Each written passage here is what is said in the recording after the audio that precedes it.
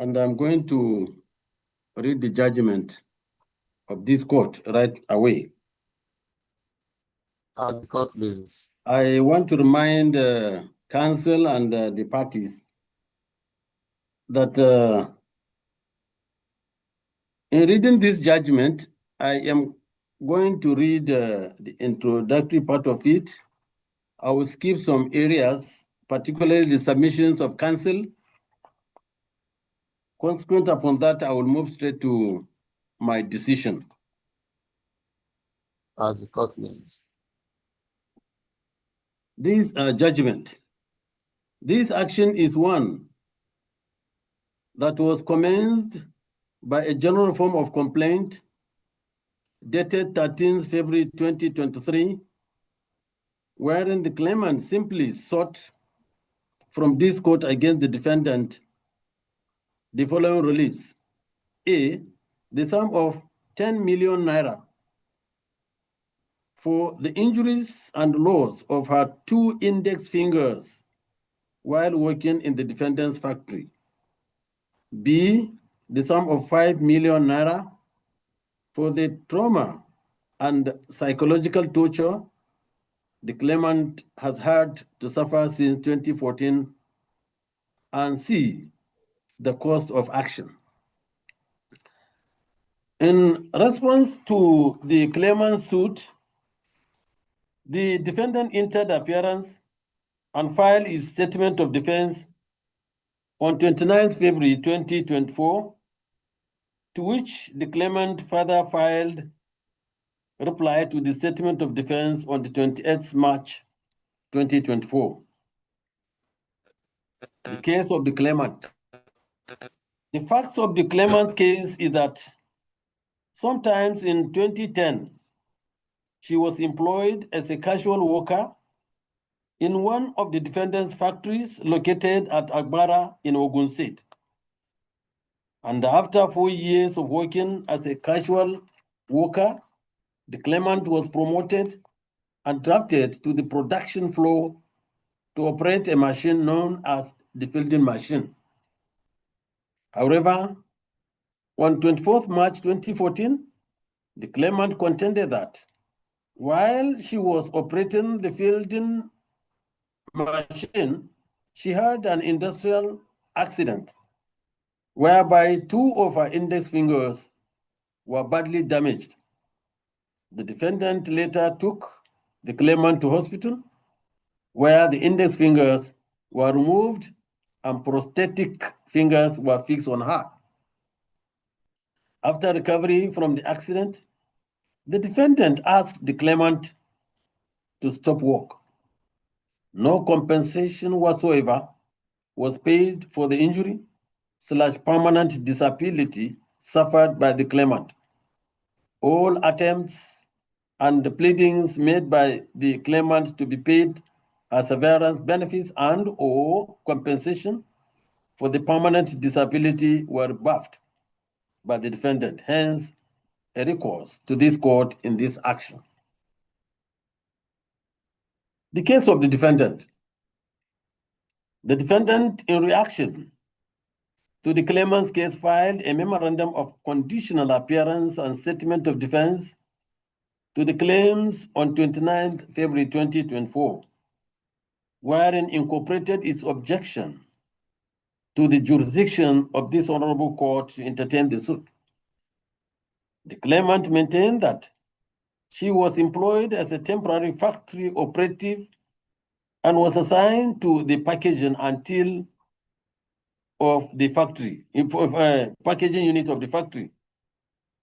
Upon her employment, the defendant stated that the claimant underwent a 2 weeks induction exercise / training, where she was duly and properly trained on all aspects of the job at the packaging unit, including the safety rules and protocols applicable in the defendant's factory.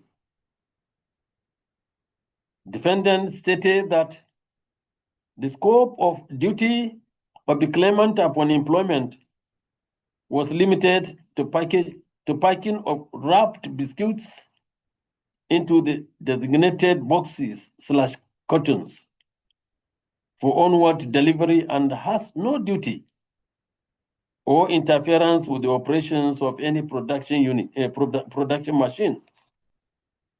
Defendant contended that the machine which was used is not a high-risk machine, neither is it a production machine. Defendant averred that the claimant was duly and properly trained in respect of her role as a team lead, which is limited to the replacement of packaging wrappers in the machine when exhausted. Defendant stated that on the 24th day of March 2014, the claimant negligently and outside her role and scope of duty placed her fingers in the sealing component of the machine, and it led to injury on the index and middle fingers on her left hand. She was immediately taken to the Badagry General Hospital for treatment, from where she was transferred to the Lagos State University Teaching Hospital, Ikeja, for further and adequate treatment.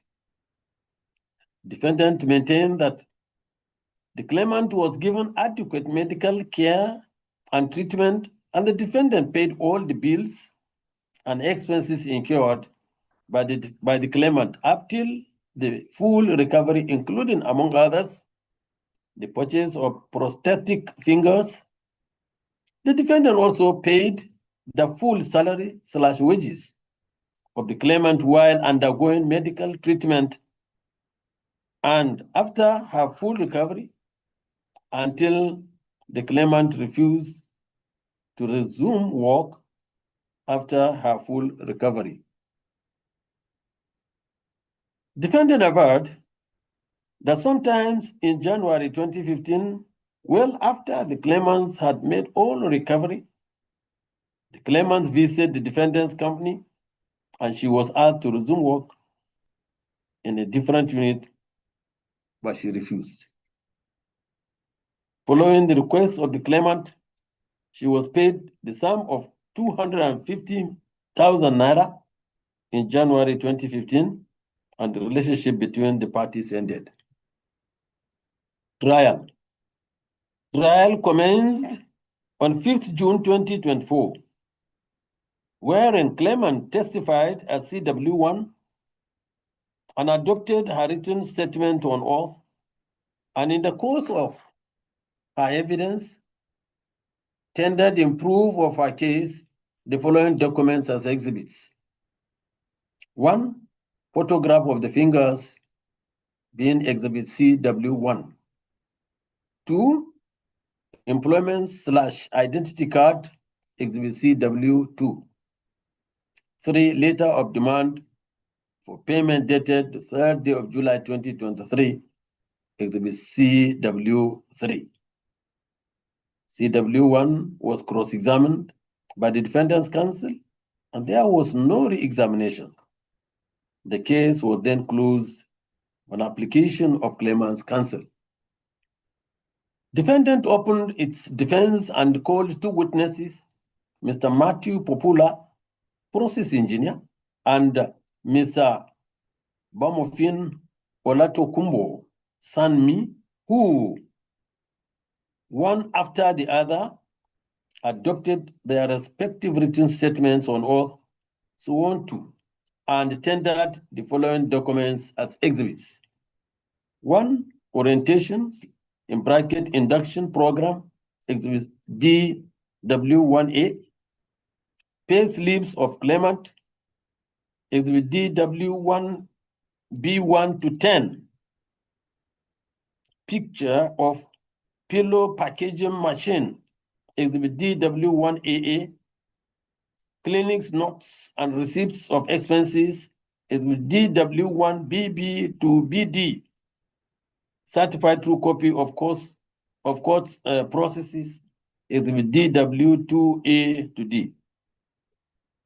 DW1 and DW2 were individually and respectively cross-examined by the claimant's counsel, and there was no re-examination of either.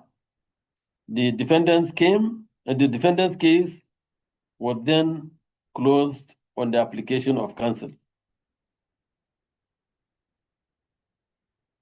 Defendant's final written address. Counsel filed the defendant's final written address in compliance with the directives given by the court, wherein submitted the following issues for determination. To wit, one, whether or not, in view of the facts of this case, this honorable court had the jurisdiction to entertain this claim.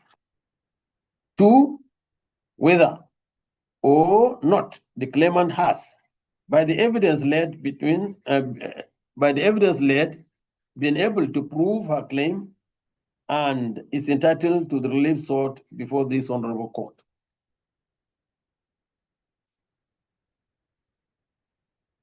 Learned counsel made submissions on issue 1, which I have already said I am going to skip it. And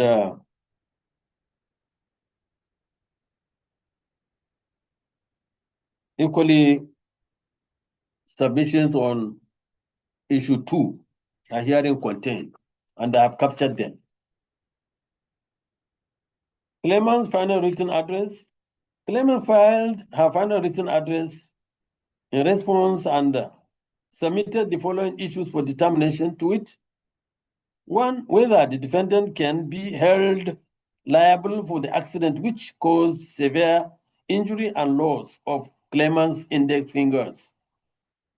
Two, whether the claimant is entitled to the relief sought herein. Now, claimant's counsel went ahead to make submissions on these two issues, which I am going to skip them. I have already captured them in my judgment. Reply on points of law. The defendant filed its reply on points of law on the 20th December 2024, wherein canvassed that the claimant failed to respond to jurisdictional issues, which is contended in the defendant's written address. The defendant argued that the claimant did not address their objections regarding lack of a substantive relief in the suit. The suit being statute barred, time limited, counsel referred the court to the case of Ole against Tunji and some other cases, which I will skip them. I will skip such submissions. Now, I will move straight to my decision.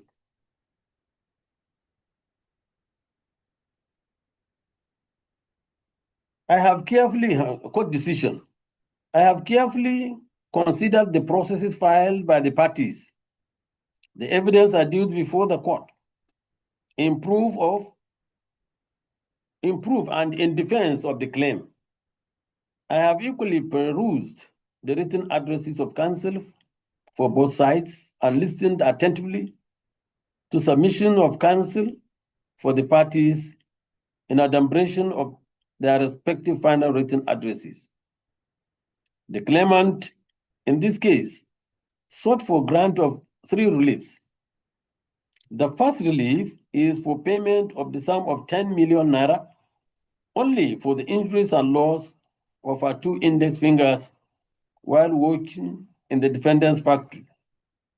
The second relief is the sum of 5 million naira for the trauma and the psychological torture the claimant has had to suffer since 2014. The third relief is the course of this action. It is elementary and, of course, basic principle of our jurisprudence that the parties and the court are bound by the case as presented by the parties. And so the court must confine itself to the issues properly raised by the parties and no more. A court, therefore, is not permitted to extend the frontiers of the battle fought by both parties. See Kuti against Djibou, citation provided. Irom against Kimba, citation provided. Ogida against Olha. I take that one again. Ogida against Oliha, citation provided. And Union Bank of Nigeria PLC against Imole, citation captured as well. Therefore, the court and parties are constrained to the claim before the court and not to deviate from it as presented to the court for adjudication.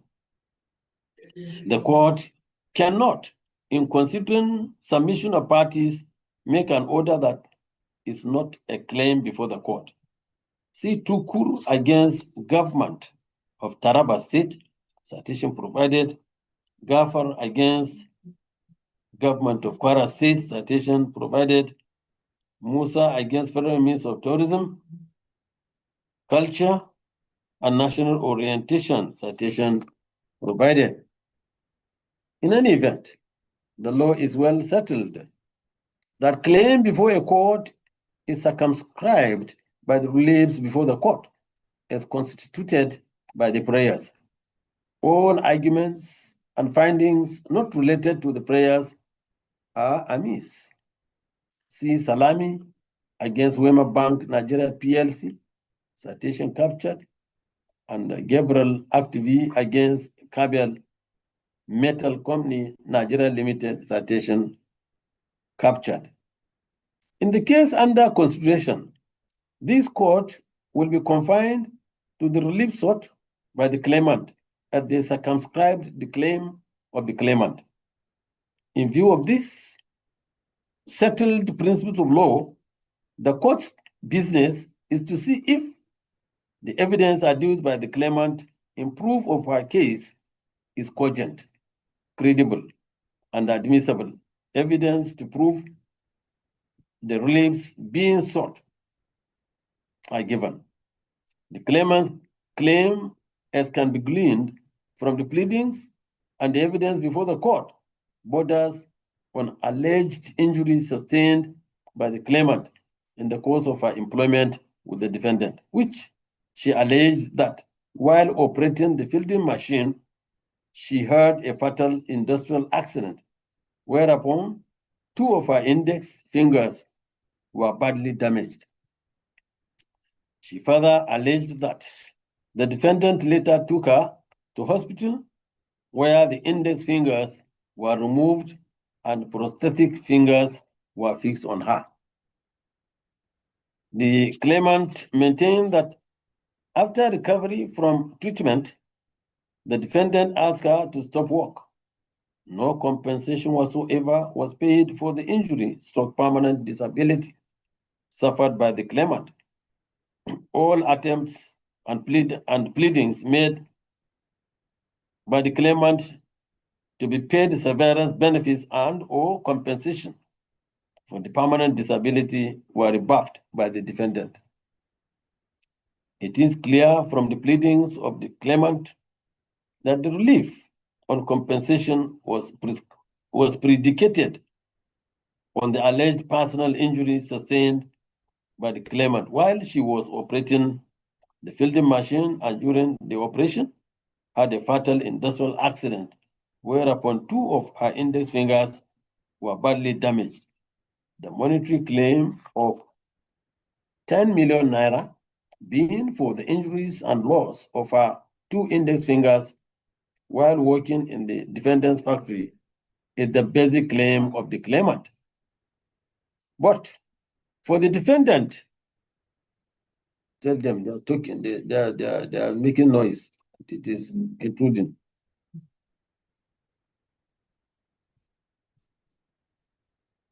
But for the defendant, the injury suffered by the claimant was not as a result of any breach of duty or any negligence on the part of the defendant. Irrespective, the defendant still provided adequate care to the claimant, paid all her salaries during recovery, and also paid her lump sum compensation in showing good faith and support towards the claimant. Defendant alleged that the claimant negligently and as it is outside her role and scope of duty, placed her fingers in the sealing component of the machine, and it led to injury on the index and middle fingers on her left hand. Immediately, the incident happened. The claimant was given the proper and adequate first aid treatment, after which she was immediately taken to Badagry General Hospital for treatment, from where she was then transferred to the Lagos State University Teaching Hospital, Ikeja, for further and adequate treatment. All attempts and pleadings made by the claimant to be paid severance, benefits, and or compensation for the permanent disability rather failed. Defendant alleged that after the claimant had made full recovery from her ailment, she visited the defendant's company and was asked to resume work into a different unit, but she refused. Claimant, however, demanded for the payment of the sum of 250,000 naira as compensation to enable her start business, as opposed to resuming work in the defendant's company. Following the request of the claimant aforesaid, she was paid the sum of 250,000 naira in January 2015, and the relationship between the parties ended. The claim of the claimant for the injuries sustained in the course of employment is predicated on alleged breach of duty of care by the defendant. The injury sustained by the claimant was caused by the defendant's fielding machine. Defendant alleged that the team lead is supposed to call the attention of any supervisor on duty in the event that the machine shuts down during the course of operation, or if there is any issue as to the operation of the machine outside the right of the team lead. Defendant further alleged that the claimant was duly trained in respect of her role as a team lead, which is limited to the replacement of packaging wrappers in the machine when exhausted. The injury sustained by the claimant was contended due to lack of safety machines or measures required to protect the claimant from sustaining injuries. However, the position of the defendant regarding this contention is that the claimant caused the injury herself. That the claimant caused the injury for herself. Let me state here that the position of the law is that in an employment relationship of this kind, of master/servant, at common law, the employer/master is enjoined by law to ensure all necessary safety measures are taken and safety equipment are provided to employee to enable protection of employee against any injury in the course of performance of his duties. Where the employer/master failed in his duty of making provisions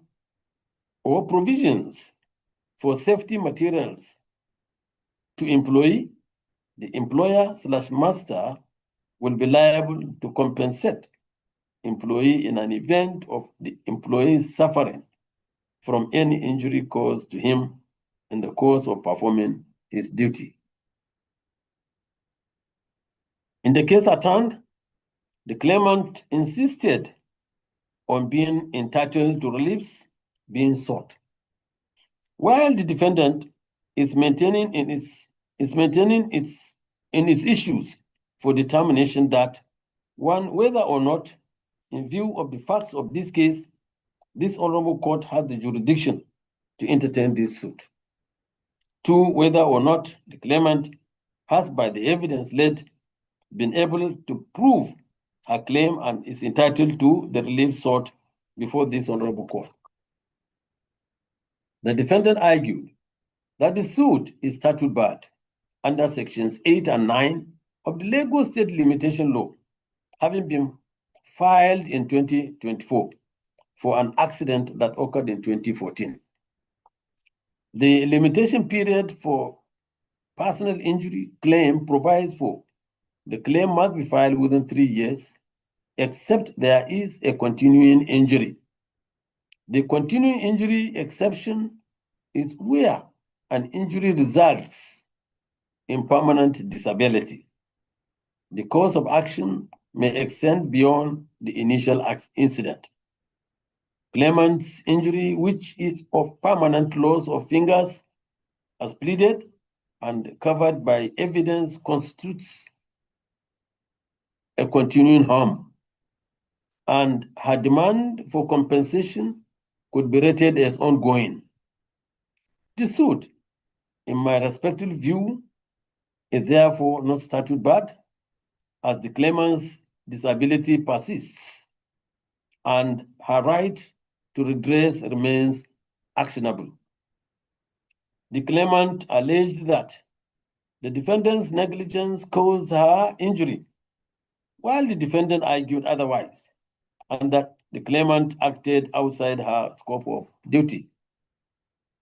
In master-servant relationship at common law, an employee may sue his employer for compensation for injury at work, either in torts or contract. See Afrap Chemicals Limited against Odion citation captured. The claimant's claim in the case at hand is in contract.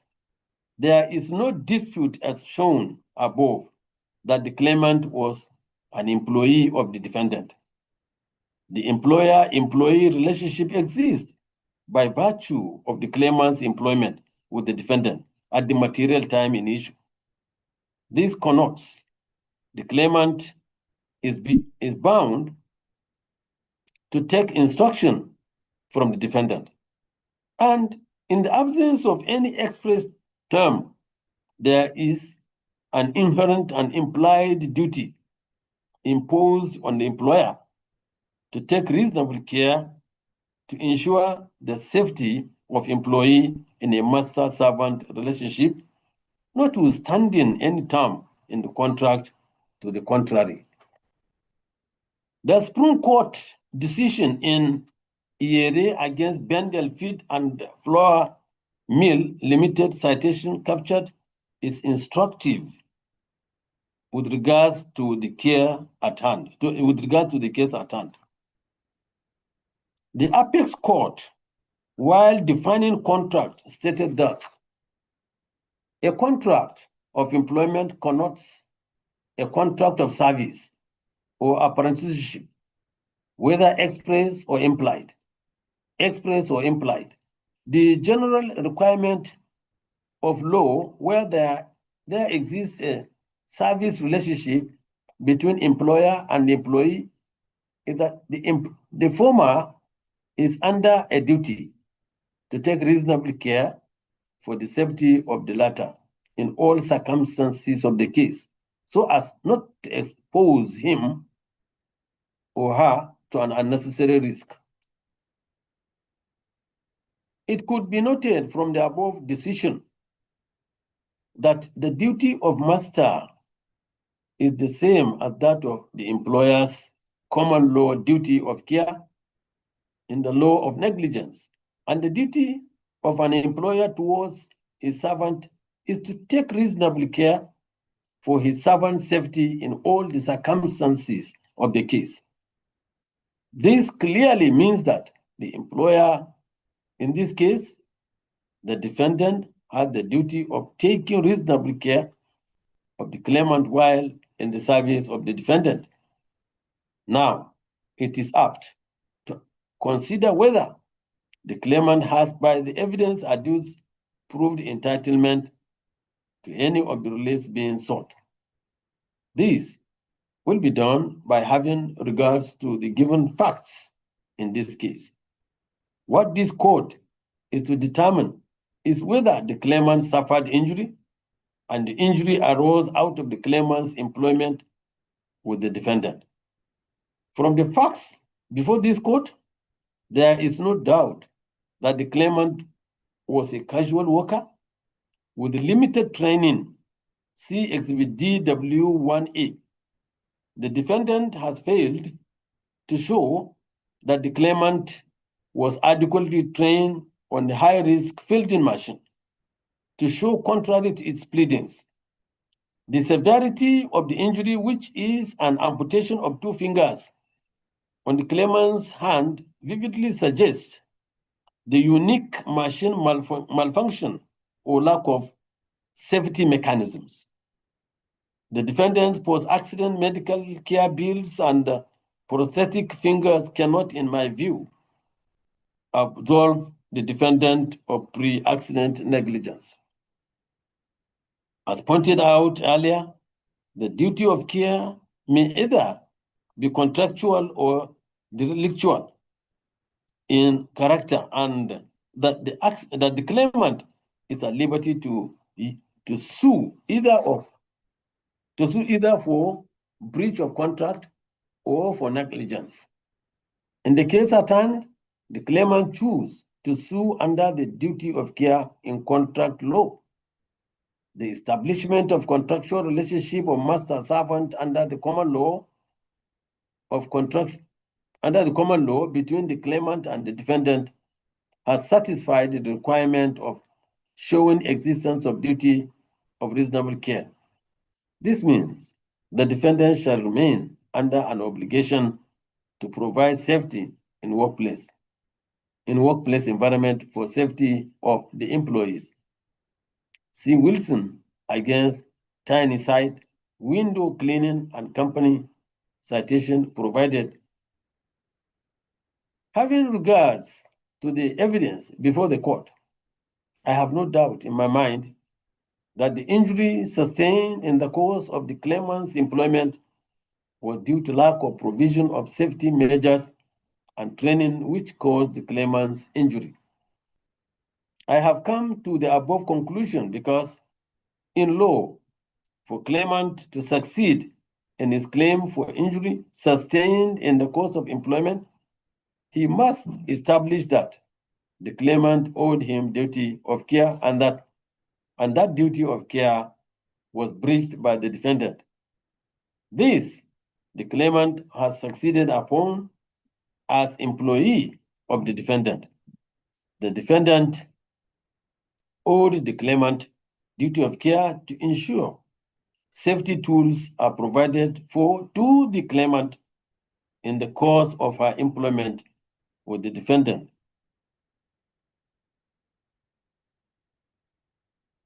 As the defendant in this case has failed to discharge the duty of care imposed on him by law as employer of the claimant, it can be stated clearly that the failure to provide safety tools was responsible for the injury sustained by the claimant. See Olam Nigeria Limited against Intercontinental Bank Limited, citation captured, and Koya against UBA Limited, citation provided, Osuge against Unipetrol Limited, citation provided, Makwe against Unko, citation as well provided. It is to be noted that the standard of employer's duty towards his employee under the common law, like in the case at hand, is to see that reasonable care is taken. The scope of that duty extends to the provision of safe fellows or servants, safe equipment, safe place of work, and access to it and a safe system of work. The employer master is liable in damages to his servant for the breach of that duty of care. In the instant case before me, the defendant was in breach of his duty to provide safety tools to the claimant for his use when performing duties incidental to his work. I rely on the case of Hanseatic International Limited against Usang, citation captured. From the foregoing, relief one succeeds and I so hold. I shall now turn to Relief B, which is for the sum of 5 million naira for the trauma and psychological torture the claimant has had to suffer since 2014. This is hereby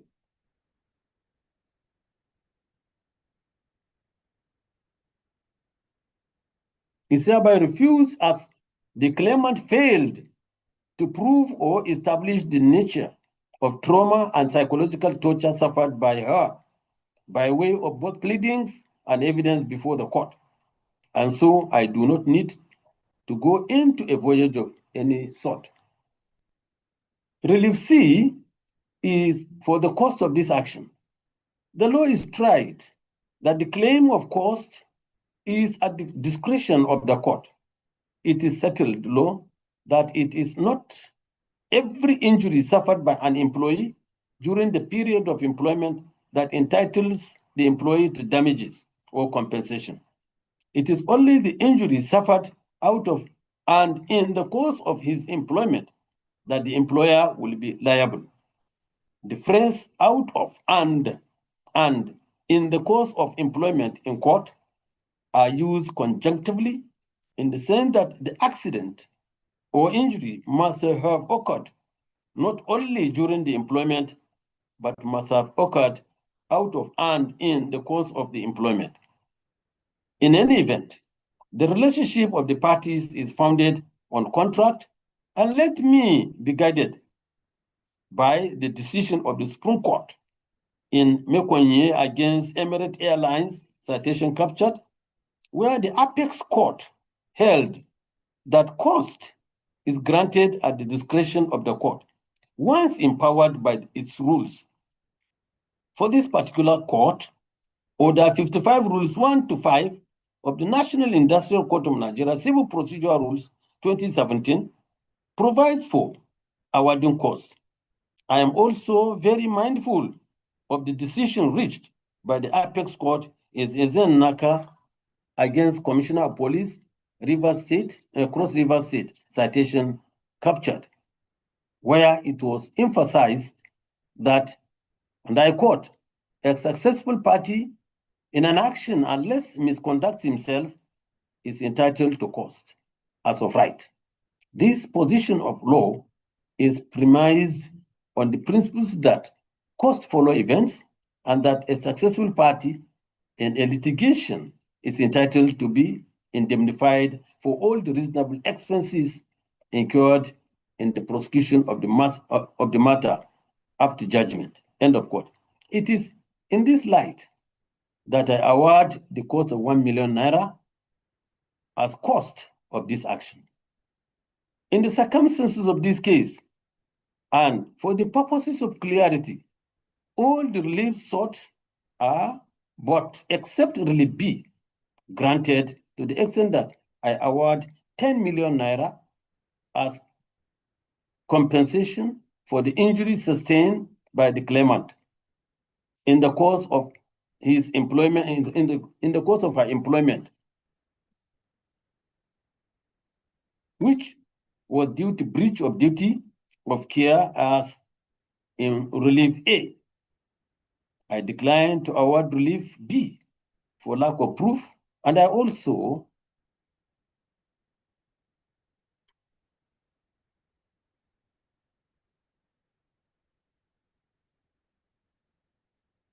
award 1 million naira as cost of this action. In view of the foregoing, the defendant is hereby ordered to pay to the claimant the judgment sum plus cost in the total sum of 11 million naira within 30 days from the date of this judgment, failing which the judgment sum shall attract 10% simple interest per annum. Judgment is accordingly entered. As court pleases.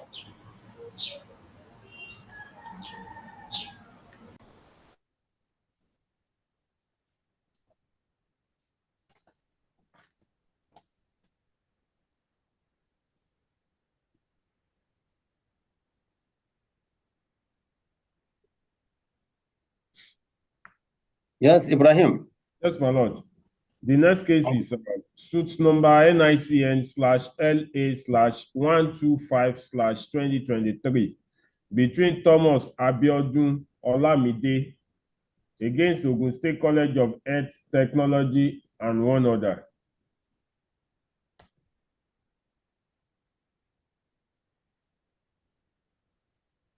Yes, parties in this matter. Parties are absent, sir. Appearances. May it please the Honorable Court.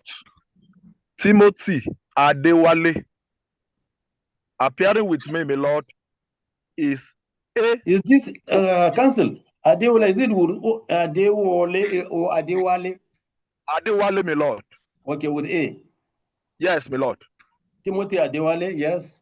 My lord, appearing with me is A. Oyeniyi. Oh, Oyemi. Oyeniyi. O-Y-E. Oyeniyi. Yes, I can get this one. Yes, as God pleases. For the claimant, my lord, we are most grateful. Very well. Any other appearance? May the copy, please. My name is Temitope Alaye. Temitope. Alaye. This tope, is it with K? No, my lord. It's spelled Okay, Temitope. Very well. Temitope. Temitope. Alaye. Alaye. Come again. Alaye. Alaye. Ye. Yes, my lord. Temitope Alaye. Yes, my lord. Yes, my lord. Yes. Are you appearing alone? I'm appearing alone, my lord. You are appearing alone? Yes, my lord. Are you senior state counsel? Principal state counsel. Principal state counsel now, my lord. Principal state counsel. Ogun State, eh? Minister of Justice. Ogun State. Yes, my lord. Yes. Minister Lord, of I appear Justice. for the defendant. Yes, my lord. Ogun State. Yes, my lord. For the defendant. Very well. Yes, my lord. Grateful, my lord. As you are aware, this matter is slated for judgment today. And the judgment of this court is ready.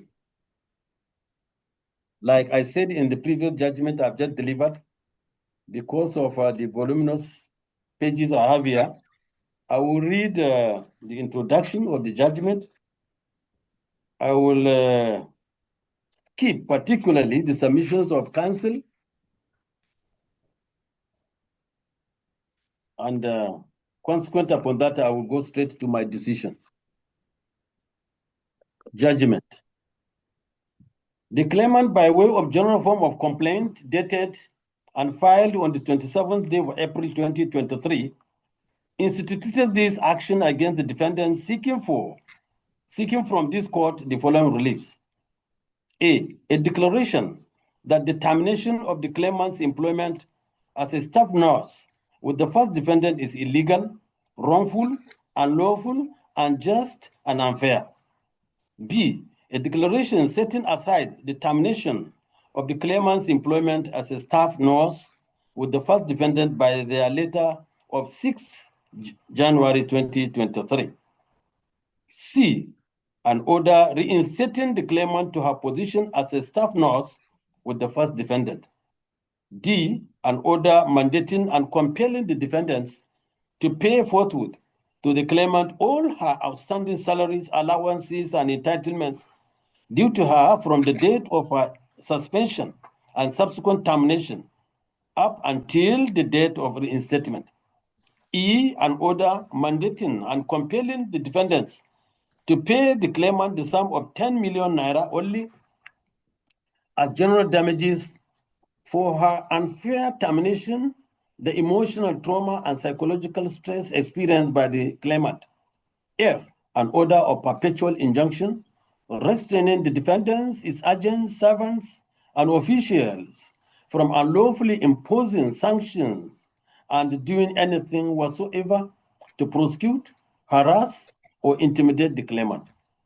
The defendants, upon being served with the claimant's processes and by leave of this honorable court, entered appearance and filed their joint statement of defense along with other processes dated and filed on the January 1. Filed on 1st November 2023. The claimant's reply to the defendant's statement of defense dated and filed on the 5th of December 2023, along with additional witness statement on oath of the claimant were filed on the same day. In essence, pleadings were filed, exchanged, and closed. The claimant's case. It is the case of the claimant as per her pleadings, as per the pleadings and evidence given, that as a qualified and registered nurse in Nigeria, she was employed by the first defendant in March 2021, and that upon the said employment, her appointment was permanented and regularized from temporary to a permanent one by a letter dated 20th August 2021. While at work, the claimant stated that she started to notice depletion of supplies by government through the NHIS to the school clinic, and that the claimant reported to the colleges, management about the siphoned, stolen, and sold drugs, as well as pharmacy equipment to the shops in the town by personnel of the college. That notwithstanding the report made by her, the defendant did nothing to the report and or the stolen drugs. The claimant pointed out the stolen brand new big electric generator under the watch of so many security personnel in the college, and even informed some personnel of the Ministry of Education, but without any good result. The claimant stated that she also reported a case about raping of an 18-year-old nursing student by a senior official of the college sometimes in 2022, which alleged crime was, however, covered or settled by the management of the defendant, although the case is undergoing prosecution by the government as of now. The claimant further contended that her numerous whistleblower angered the defendants, while management and officials who continued to make life unbearable for her as she was victimized, and to the extent of her drink being poisoned in the college clinic, culminating into her admission in the hospitals. Claimant maintained that she reported this incident to the police and her union. It was the said report prompted a query written to her while she then was on the hospital bed, though she answered the query. Claimant, by a letter dated the 5th day of December 2022, wrote to the claimants imploring the defendants to get to the root of her poisoning. However, it was at this stage the claimant contended she was suspended by a letter dated the 13th of December 2022. By the same letter, she was directed to appear before a panel set up by the defendants, which she obliged and partook in the proceedings. However, in the course, the claimant was said to have been walked out from the panel. The claimant stated, by the outcomes of the panel's proceedings, her employment was terminated by a letter she received from the defendants. She related the termination to her role as a whistleblower and not in relation to violation of any rules or regulations by her. The claimant challenged her employment termination under the guise that her services are no longer required. The defendant's case. The defendants, upon being served with the general form of complaints and all other processes of the claimant entered appearance together with the defendant's statement of defense and all other court processes dated 1st November 2023, but with the leave of this honorable court.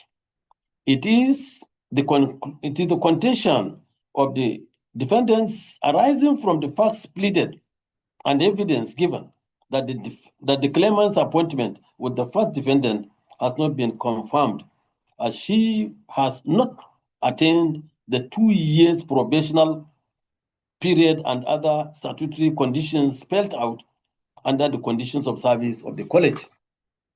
The defendants aver that the claimant was offered temporary appointment into the services of the first defendant on 8 March 2021, which was, however, regularized into a permanent one after the claimant passed the regularization examination cum interview conducted by the college. That the claim posited by the claimant of non-accessibility of NHIS to the students, along with the victimization of the claimant on the basis of a report of sexual assault, is unsubstantiated. And also, the allegation of food poisoning in the clinic was not officially reported. Conversely, it was rather reported on social media by a blogger as press release, thereby embarrassing both the state and the college. Furthermore, the absence from work and the food poisoning issues necessitated the disciplinary proceedings being held against the claimant. The report thereof was considered and approved by the first defendant's governing council, thereby culminating into the claimant's appointment being terminated by the letter of 6 January 2023, issued and served on the claimant, the basis of which is that her service is no longer required. The claimant's reply to the defendant's defense. The claimant responded to the affirmance of the defendant by way of reply dated and filed on the 15th of December 2023, wherein merely denied the defendant's affirmance and restated her position in her statement of facts before the court. Trial. Trial commenced on the 17th of July 2024, when CW1 Thomas Abiodun Olamide adopted her witness statement on oath, deposed to on the 28th April 2023, and through her, the following documents on the application by counsel were tendered and admitted in evidence and marked as exhibits. A letter of temporary employment dated 8 March 2021, Exhibit CW1. Letter of regularization of employment dated the 20th August 2021, Exhibit CW2. Letter dated the 5th of December 2022, Exhibit CW3. Later dated the 23rd day of November 2022, Exhibit CW4. Later dated the 13th day of December 2022, Exhibit CW5. Later dated the 25th of March 2022, Exhibit CW6. Letter of termination dated the 6th day of January 2023, Exhibit CW7 respectively. CW1 as a witness was cross-examined by counsel for the defendants, and there being no re-examination, the witness stepped down. Consequently, claimant closed her case. On 23rd October 2024, the defendants opened their case by calling Olayinka Modinat Hassan, who adopted her written depositions, and by the application of counsel. In the course of trial, the following documents were tendered and admitted in evidence as exhibits DW1 to DW2 respectively, and finally, and specifically, A, regulations and conditions of service, exhibit DW1, and B, report of the college staff clinic, staff ethics, and disciplinary committee on allegation of unethical conduct against Nurse Thomas Abiodun as exhibit DW2. DW1 as a witness was cross-examined by the claimant's counsel, and in the absence of any re-examination, the defendant's case was closed And this court adjourned the case to enable counsel file and exchange their respective final written addresses. On the 16th of July, 2025, counsel adopted their final written addresses, while counsel for the defendant urged the court to dismiss the claimant's case with cause. The claimant's counsel urged this court to grant all the relief sought by the claimant in the case. Defendant's counsel's submission. The final written address of the defendant, dated the 28th of November 2024, was filed on the 20th of November 2024, being the same day, and with leave of this honorable court, it was adopted on the 16th of July 2025. In the final written address, counsel formulated two issues for determination, to which: one, whether the termination letter of the 6th of January 2023 issued to the claimant is valid in law, and two, whether the claimant was afforded fair hearing. Counsel for the defendant began by a poser, and I have captured all the submissions of the counsel here. Like I said, I will skip it for the purpose of saving time. Claimant's counsel also submitted two issues for determination in his final written address filed before this court, to which: whether the claimant was afforded fair hearing in the termination of her employment, and two, whether the claimant is entitled to the protection of this honorable court as a whistleblower. Counsel canvassed the argument basically under issue 1 and issue 2, which I have captured them here, and like I said, I will skip them. Equally, there is a reply on points of law, which was on the 14th of January 2025. Defendant's counsel filed his reply on points of law, dated the same day, wherein counsel argued against the contention of claimant's counsel as lacking of fair hearing being accorded to the claimant as a sentimental argument which has no basis in law. Arguments were canvassed. I will skip them. I will now move straight to my decision. Decision of this court. Upon reading the processes filed in this suit, together with testimony of witnesses, and having listened to the submissions of counsel on both sides during their final written addresses, I am of the view that this court will best determine this suit under the following issues. 1, whether in view of the circumstances of this case, the claimant could be said to have been afforded fair hearing at the investigation committee proceedings. 2, could it be said that the termination of the appointment of the claimant is wrongful and unlawful? 3, is the claimant entitled to protection of this court in the circumstances of this case as a whistleblower? Issue 1, whether in view of the circumstances of this case, the claimant could be said to have been afforded fair hearing at the investigation committee proceedings. Fair hearing in a nutshell means due process. The Court of Appeal in biopsy against Enterprises Limited,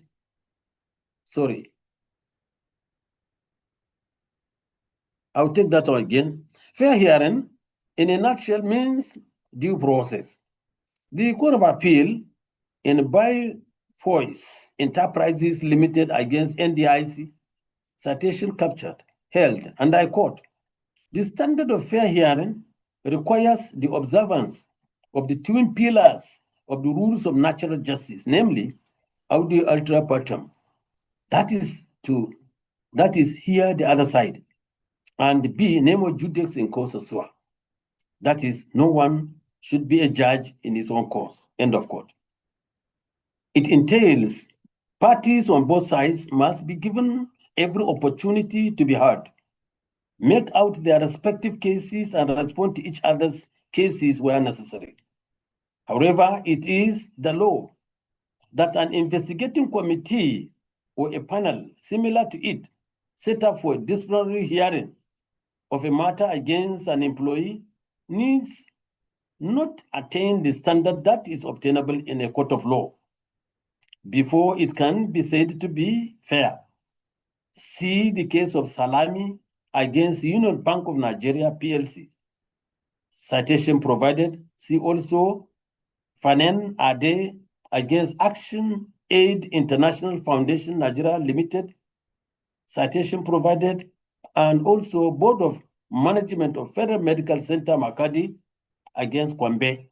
Citation provided, where His Lordship, Honorable Justice George JCA, emphatically reiterated that, and I quote, hearing at or by an employer to investigate or a disciplinary procedure set against an employee on grounds of misconduct is not a court proceedings. Since such a panel or body is not and cannot be regarded as a court of law. Although the panel is expected to act fairly, it needs not to attain the standard in courts of law. All that is required is that the employee who is to be adversely affected by the decision or act or proceedings of such an investigative body or panel shall be given adequate notice of what is proposed and any allegation against him, so that he will be afforded the opportunity to know the case against him, to enable him prepare and answer the case against him. End of quote.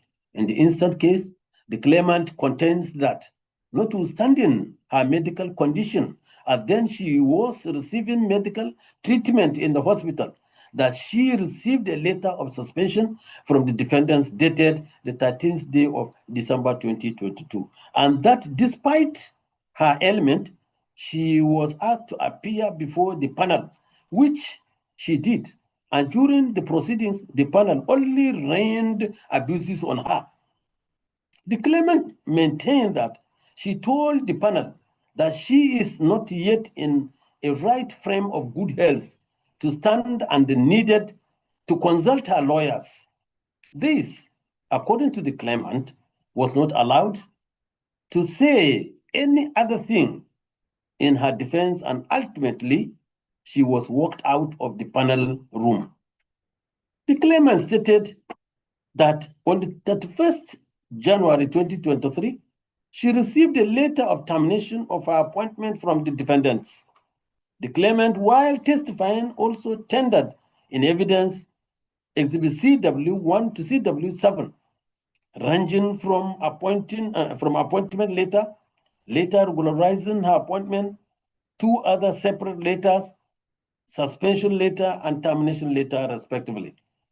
However, on the part of the defendants, DW1 and DW2, being the regulations of service of the college and the report of the college staff clinics and disciplinary committee against the claimant, were admitted in evidence. Having thoroughly read over these exhibits, in this case before this court, and the answers arising from the cross-examinations, more particularly Exhibit CW2, I am of humble view that there is no element of fair hearing, even to the barest minimum accorded to the claimant during or at the investigative committee stage. It is, however, glaring that the termination of the appointment of the claimant on the basis of that report is not in accordance with the principles of fair hearing. Exhibit DW2 is the report of the disciplinary committee on allegation and unethical conduct against the claimant. The terms of reference states to investigate, and I quote, to investigate the case of disregard to constituted authority and unethical conduct against Nurse Thomas Abiodun of the college clinic, and make recommendations to the management as regards the result of the investigations as guided by the provisions and the regulations and conditions of service of the college. End of quote. The mode of investigation, as recorded in the said Exhibit DW2, is mainly through meetings and phone interrogations and personal investigation. It is captured on page 3 under the subheading, and I quote, Nurse Thomas Abiodun physical appearance, where it is stated that during her interrogation, the committee observed that she is recording the proceedings, and also that on cross-examination of Mrs. Odetunde Simbiat, she was asked to step out, but she deliberately left her phone to record the committee deliberations. But she was asked to go with it. On her return, she was asked to switch off the phone, of which she claimed that her right is being deprived. She later reluctantly switched it off. The following facts were elicited from the cross-examination of the claimant as CW1 at trial. Question: it is your case that an incident of alleged poisoned drink that made you ill while you were still in the service of the first defendant? Answer: yes. Question: it was this alleged event that made you absent from your duty without permission? Answer: I was then on admission at the State Hospital Ijebu-Ode, but I did not absent myself. On the 22nd of November 2022, you were issued a query by the first defendant. Why were you issued? Answer: because they claimed not to have seen me at point of work, despite the fact I already sent a text message to the head of the clinic, who is my boss, that I was on admission. Question: between 22nd November 2022 to 8th December 2022, you were not at your duty post. Answer: I was then on admission, which I communicated to the management. Question: confirm to the court that after the query issued to you, and as you responded, you were suspended indefinitely without salary from 13th of December 2022, pending the outcome of investigation. Answer: yes. Question: your absence from work without permission caused your invitation to the panel of the first defendant. Is that correct? Answer: yes. Answer: no. I was invited to the panel because of my case of food poisoning. Question: did you attend to the panel? Answer: yes, I went there from the hospital, but with a cannula on my hand, and I was not in my right frame of mind.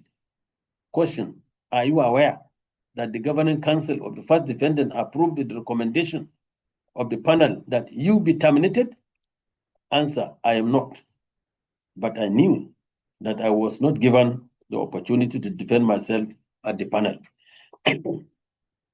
However, on the part of the defendants, Olayinka Modinat Hassan at DW1, while responding during her cross-examination, recorded the following. Question: confirm that the claimant, after spending 6 months in the service of the defendants, her service was regularized by the Commissioner for Science and Education. Answer: yes, she was made a permanent staff. Question: on 13th September 2022, the claimant was suspended. Do you know why? Answer: yes, I know the reason. That the claimant claimed that she was poisoned, but she never informed the management. Instead, she posted on social media, though I did not visit her at the hospital.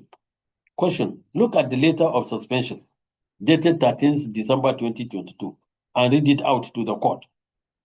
Also, it is contended that she was suspended because of a blogger and not that the claimant posted on a social media? Answer, yes. Question, did you reach out to the blogger? Answer, no, we did not. Now, arising from the aforementioned facts before this court, is it safe to maintain that fair hearing in its full context been accorded to the claimant by the investigative panel, on whose report and recommendations that the governing council of the first defendant terminated the appointment of the claimant? And has there been reference to the provisions of Exhibit DW1 regarding the specific breaches? Let me focus my mind to the position of the law as expounded by the Supreme Court in the University of Calabar against ASEAN, citation captured, where it was decided that where an employee is dismissed or his appointment terminated, or there is a demotion on grounds of misconduct, all that the employer needs to establish to justify his action is to show that the allegation was disclosed to the employee and that he was given an opportunity to be heard in his defense.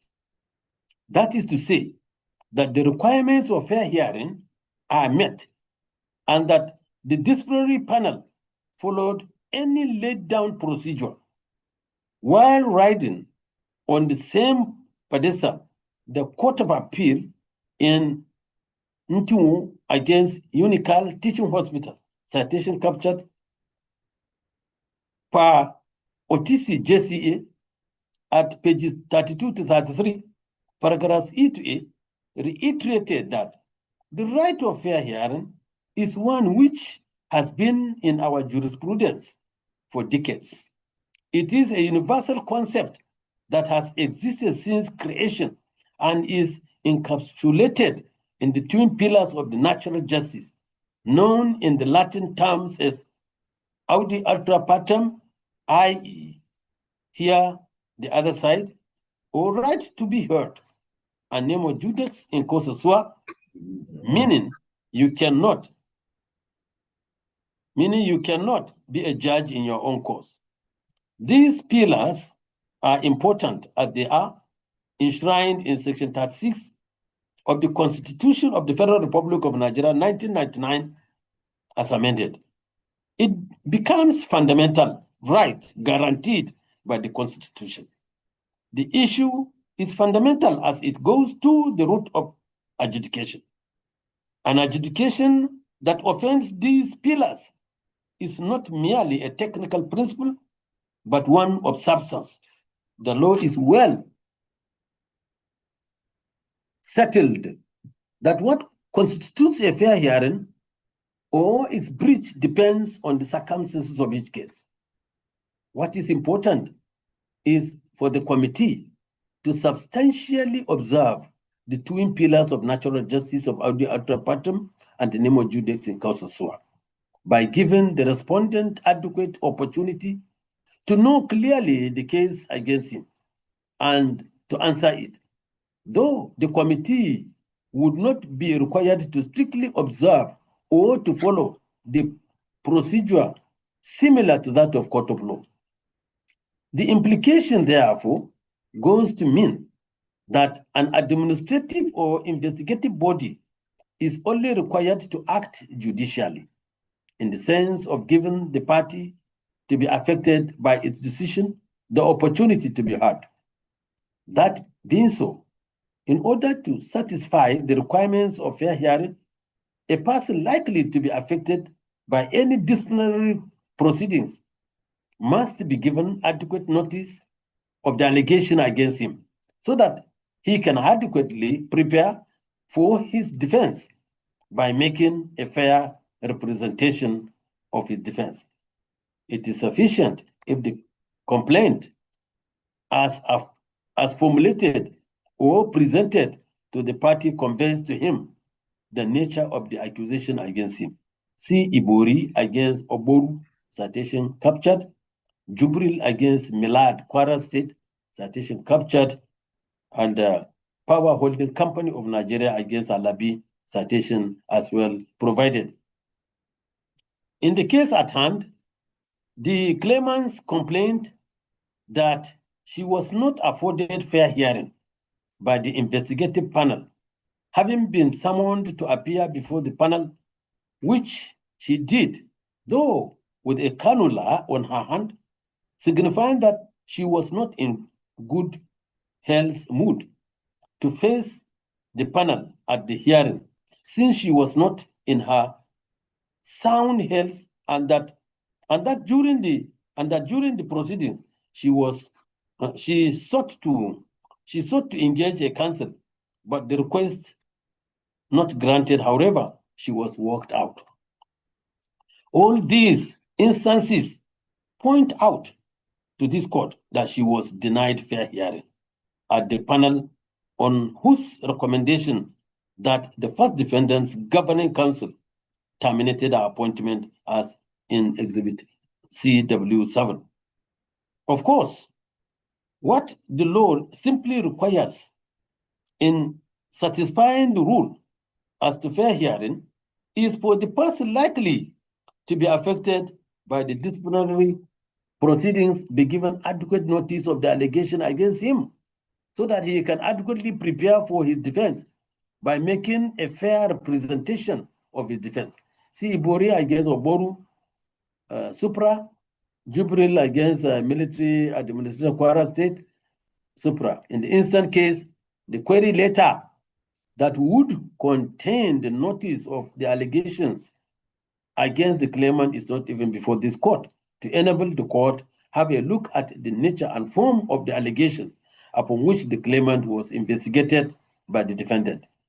The law, as stated in Ariori against LMO and Kotoye against Central Bank of Nigeria, citation captured, is that where the principle of natural justice is violated, it does not matter whether the proper thing had been done.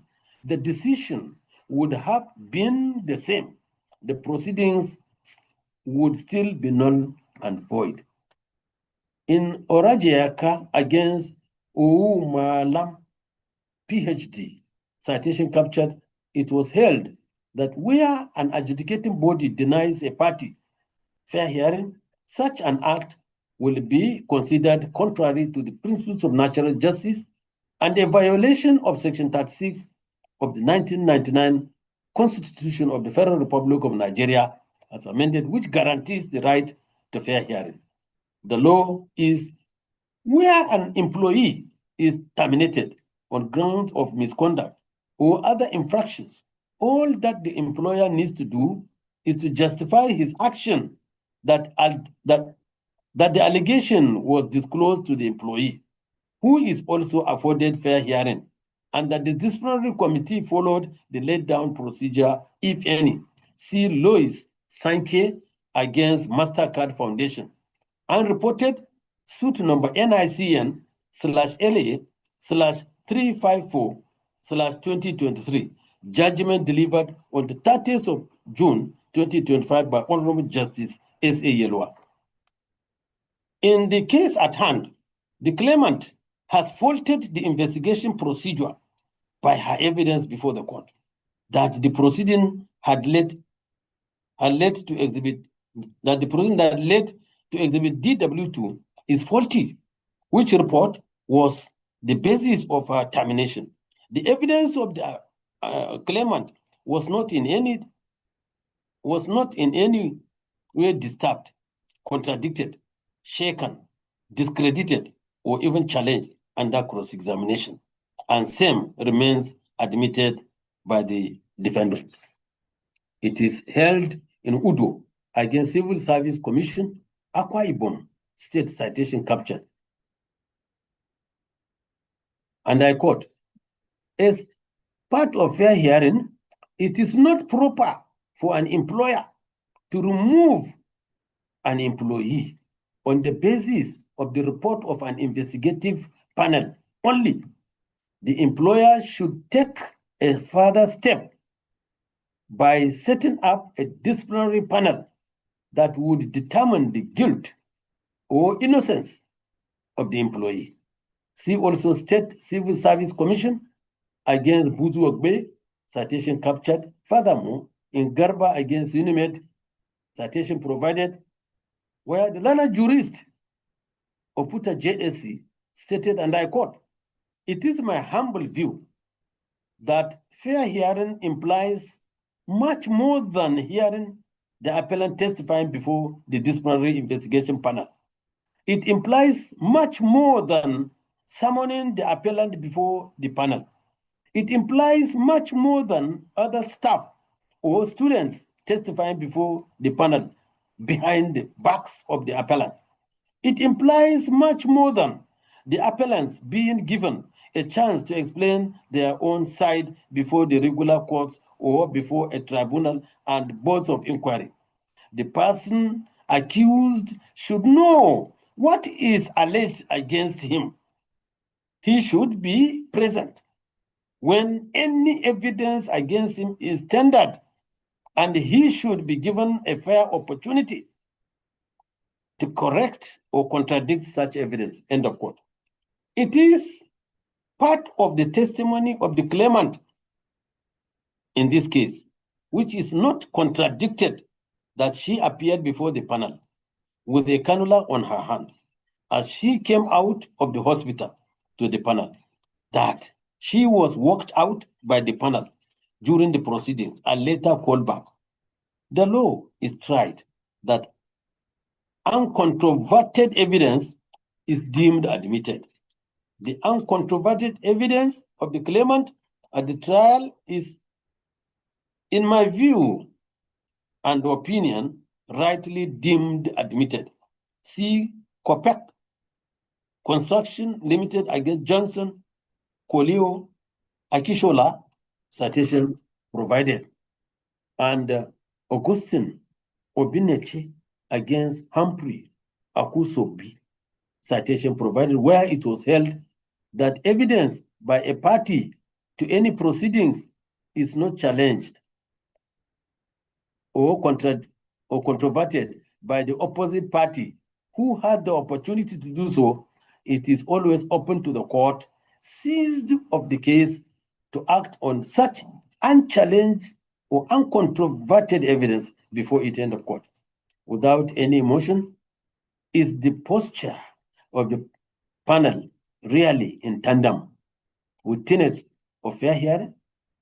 Although I am not aware of any law that prohibits a person to be arraigned even if the person is not well, but the health condition should be fairly and humanly considered in the course of the arraignment to possibly adjourn the proceedings to a later date on the part of caution for perhaps medical record. Flowing from the aforesaid, I am of the view that the claimant was not afforded fair hearing at the investigative panel committee proceedings. Issue 1 is therefore resolved in favor of the claimant, and I so hold. Issue 2, principally, contract of employment is determinable by termination or by dismissal or peculiar facts which are governed by common law rules, statutes, agreement of the parties, or combination of some or all of these in the relationship between the parties.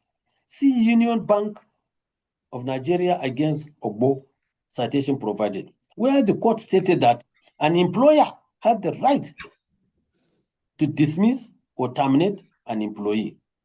But in doing this, the employer should observe that a determination of a contract of employment is wrongful in case of an ordinary master and servant relationship, when the procedure adopted is in breach of the parties' contract, and in statutory employment, the determination of employment is unlawful, where the procedure is in breach of the statutory provisions governing the employment.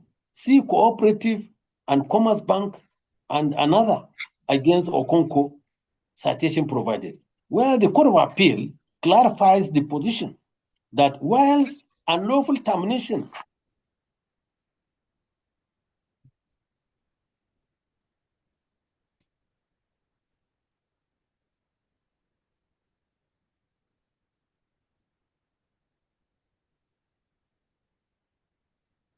is akin to statutory employment, wrongful termination is akin to contractual employment. It is very important, therefore, to deal with this issue while looking at the point from the case of Adeshoye Olainlege against Afro-Continental Nigeria Limited, citation provided, where the Court of Appeal, as per Abubakar JCA, at pages 16 to 17, paragraph D to A, held, and I quote, in an action for a wrongful termination of employment, the onus to establish breach of terms is on the plaintiff.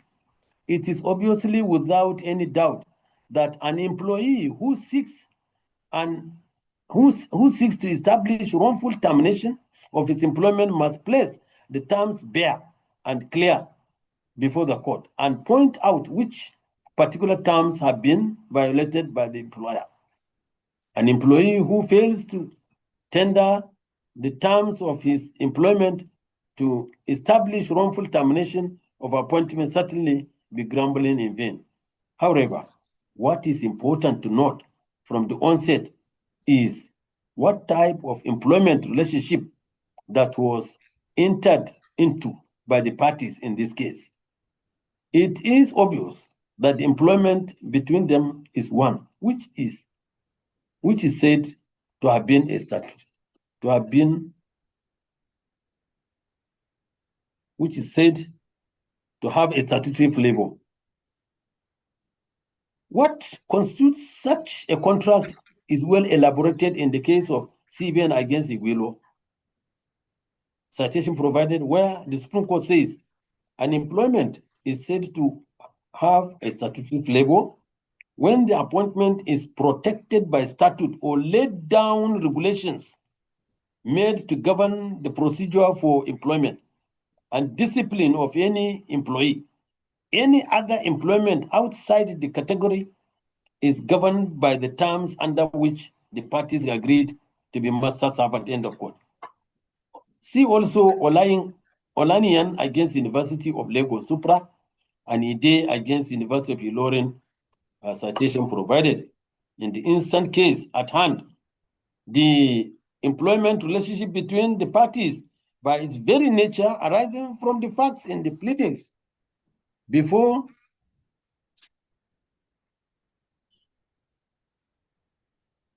me and exhibits is certainly one that falls within the category of employment with statutory flavor.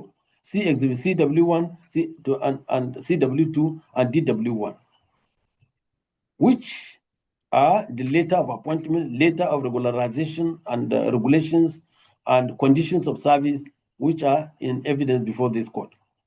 The point must be made that the current state of the law is that employment of this nature must be terminated in the way and the manner prescribed by the relevant statute/stroke law, as well as regulations made thereunder, and any manner of termination inconsistent therewith is null and void and of no effect.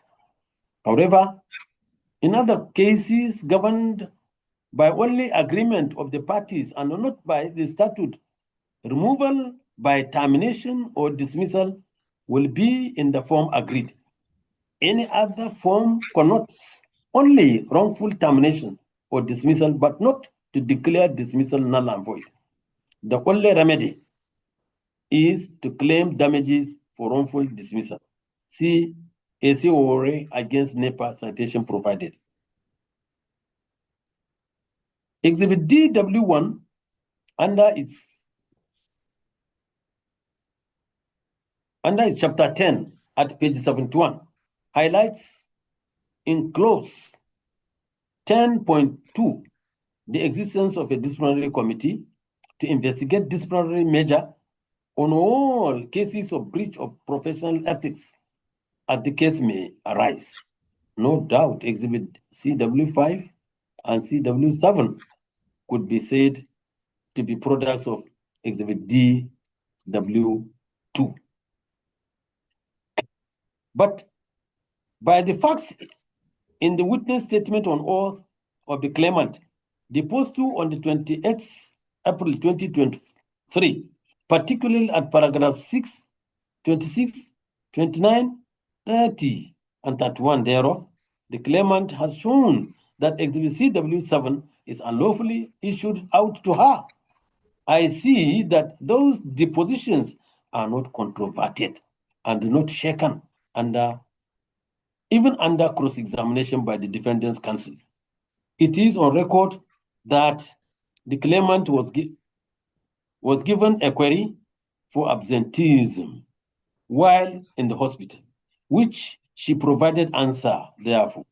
And her invitation to the panel was made while she was on admission at the hospital. Yet, she appeared before the panel on medical catheter. Apart from these facts being pleaded by the claimant, but without denial by the defendants, evidence are given. From the nature and the circumstances of this case, it is obvious to state that the termination of the claimant was improperly done. Accordingly, it is unlawful. Having regard to Articles 4 to 6 of Termination of Employment Recommendation 1982, number 166, which deal with justification for termination. Article 4 implies that to be valid, such a reason for terminating the employment of a worker has to be connected with A, capacity of the worker, B, conduct of the worker, or C, the operational requirements of the undertaking. However, the automatically invalid reason for dismissal are as stated in Articles 5 and 6 of the Convention. Article 6 specifically deals with temporary absence from work because of illness or injury, which shall not constitute a valid reason for termination. By virtue of Section 254C(1), F, and H of the 1999 Constitution of the Federal Republic of Nigeria, as amended, it is only this honorable court that is clothed with the jurisdiction in civil causes and matters in relation to or connected with unfair labor practice or international best practices in labor, employment, and industrial matters, as well as relating to or connected with or pertaining to the application or interpretation of international labor standards.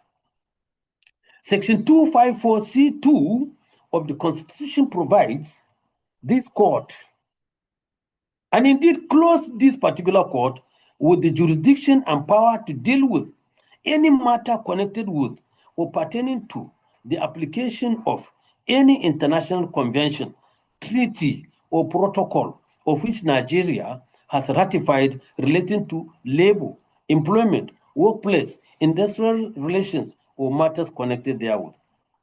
To say more of it is that the power of this, to say more of it is that the power of this court to directly apply this international convention and treaties, including that of the International Labour Organization, is constitutionally settled by this provision. Her Ladyship, Honorable Justice Nimpar, JCA, in Ferdinand and another against Taylor Ayam, Audrey, citation captured, has recognized the constitutional power of the National Industrial Court of Nigeria to apply international conventions which have close bearing to the claims related to workplace and labor matters. For clearance of any doubt, it is expedient for me to state that the Termination of Employment Convention number 158 of 1982 and its Termination of Employment Recommendation number 166 can be applied by this court only as an international best practice. It be noted that while the ratification be applied directly by this court in compliance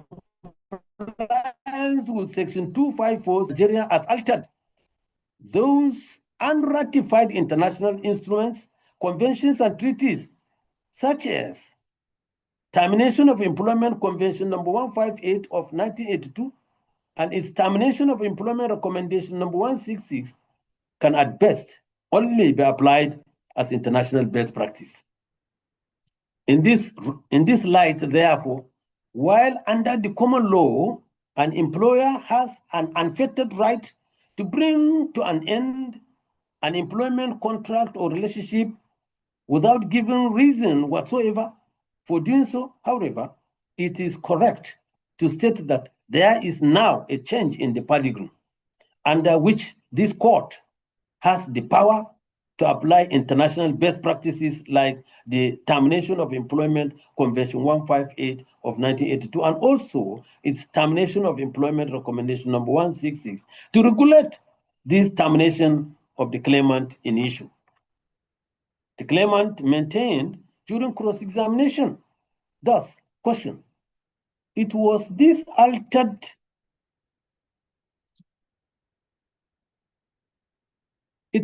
alleged event that made you to absent from your duty desk without permission.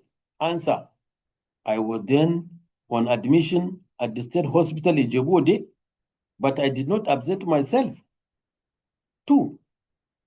Question 2. On 22nd November 2022, you were issued a query by the first defendant. Why were you issued? Answer, because they claimed not to have seen me at point of work, despite the fact I sent a text message to the head of the clinic, who is my boss, that I was on admission. Question, between 22nd November 2022 to 8th December 2022, you were not at your duty post. Answer, I was then on admission, which I communicated to the management. These facts elicited are cogent and in line with pleadings, in line with the pleaded facts of the claimant. It is also on record before this court, where the claimant sought to engage a lawyer to assist her at the panel interrogation, which was not approved by the committee. This is contrary to paragraph 9 of the recommendation of the international standards on termination, which provides, and I quote, a worker should be entitled to be assisted by another person when defending herself in accordance with Article 7 of the Termination of Employment Convention 1982 against allegations regarding his or her conduct or performance liable to result in the termination of his or her employment. End of quote. Arising from the above, it is crystal clear that the termination of the claimant's appointment has also negatived the letters of the conventions under reference, to which this court is empowered to apply to the instant case. Issue 2 is hereby resolved in favor of the claimant and against the defendants. Now I go to issue 3. It is the claimant's contention that the termination of her appointment was basically on the ground of her participation in whistleblowing activity, which is unfair and inequitable, and claimant urges the court to protect her under all known international labor standards, and that the court should, by virtue of the acts creating it, protect her as a whistleblower. It is expedient at this stage to consider whether or not the termination of the appointment was due to her whistleblowing in view of the pleadings and evidence evinced from the facts in this case. The claimant pleaded in paragraph 7, 8, 9, 10, 11, 12, 13, 15, 16, 17, 18, 19, and 20 of a statement of facts, to which she accompanied same with her witness statement, a written statement on oath, deposed to on the 28th of April 2023, wherein stating in paragraphs 8, 9, 10, 11, 12, 13, 14, 15, 16, 17, 18, 19, 20, and 21 thereof, her strategies of reporting certain anomalies that were committed in her workplace. During cross-examination of CW1 as a witness, the following arose. Question: you believe in activism? Answer: it is because of my belief in activism that has made me witch hunted at my workplace, being a whistleblower. Question: it is this belief in activism that you couldn't hide that belief in activism, even while working as a public servant with the first defendant? Answer: there are a lot of corrupt officials at work at my workplace. And for that reason, I decided to be a whistleblower, because I believe that if we all play our roles very well and as good citizens in this country could be a good nation to be proud of.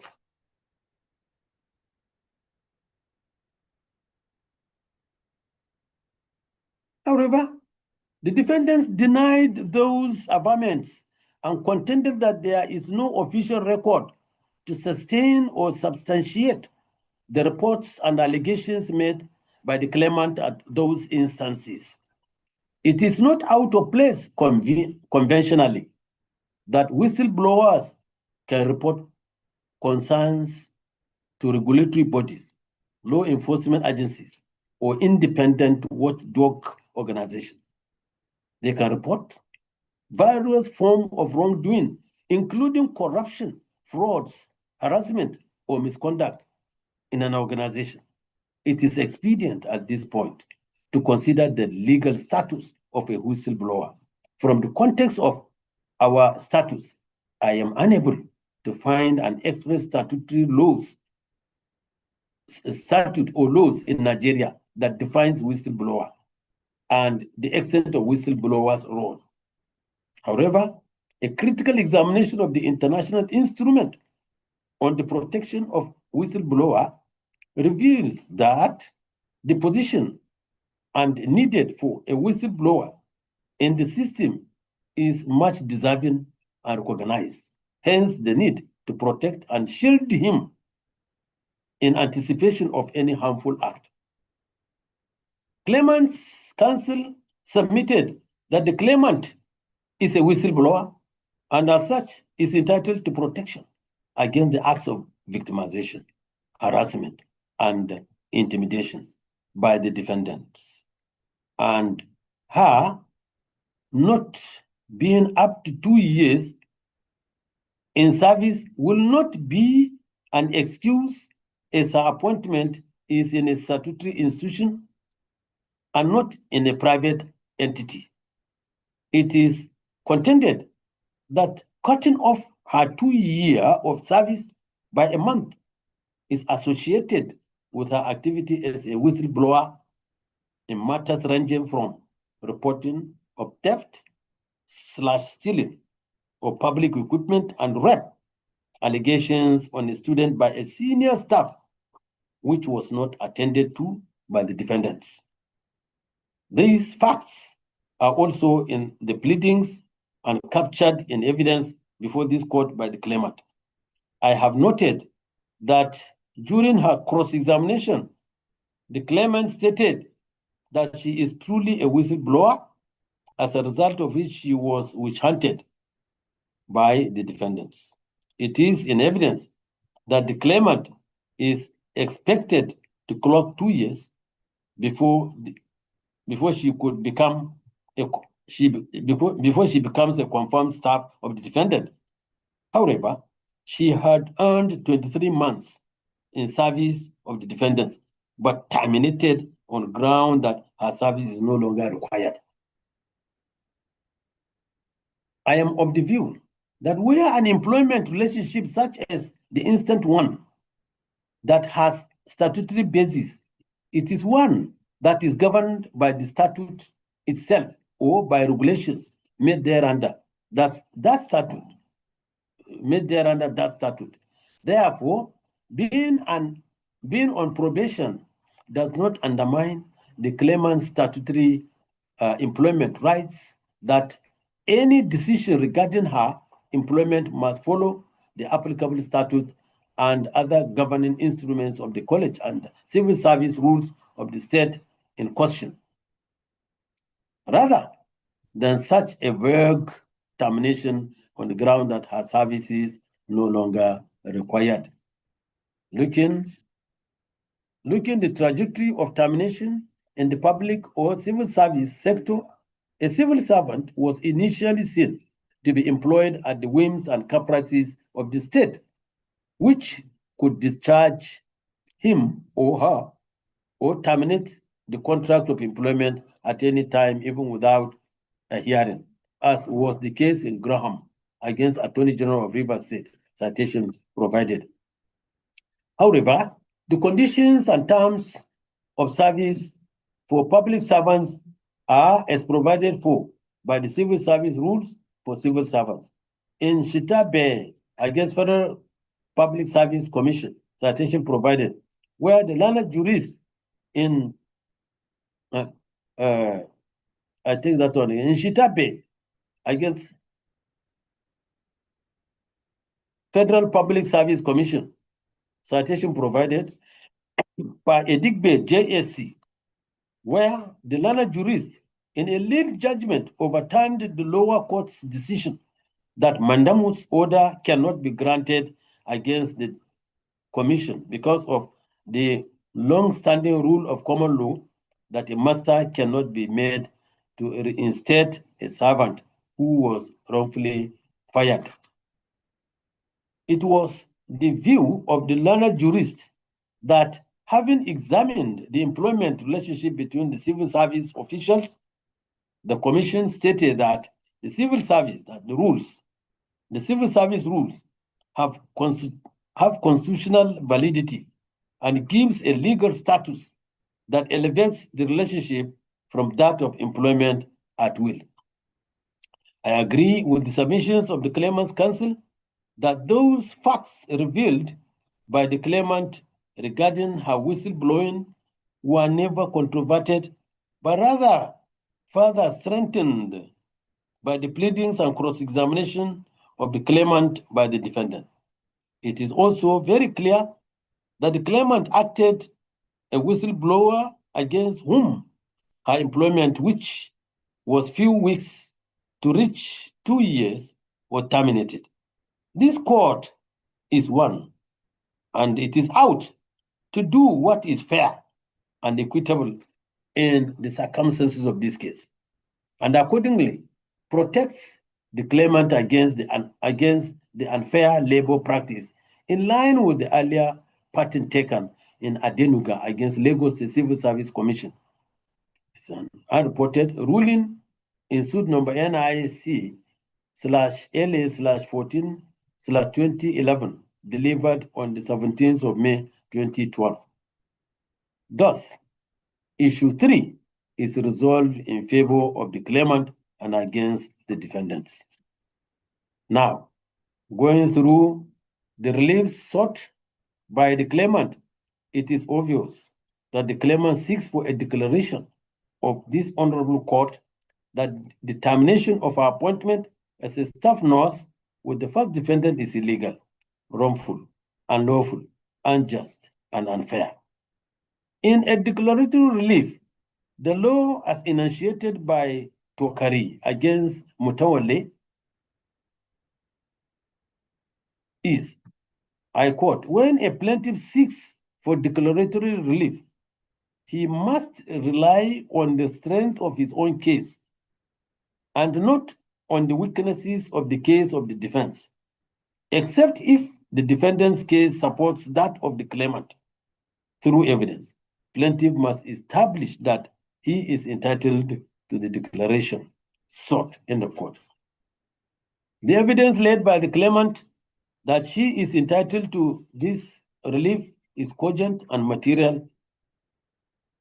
To it, I am convinced that it is safer to grant this relief, especially in a claim of this nature, ventured on employment with statutory flavor. The law is of commonplace as decided in FUT Yola against Mayua and two others.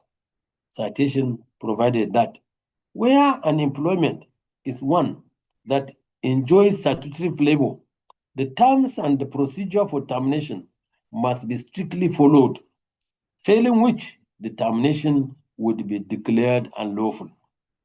In this regard, I declare that the termination of the claimant's employment by the defendants is unlawful. Thus, relief A of the claimant is granted. Having granted relief A above, to that extent that the claimant's employment was unlawfully terminated, I hereby set aside the termination of the claimant's employment as a staff nurse with the first defendant by the letter dated 6th of January 2023.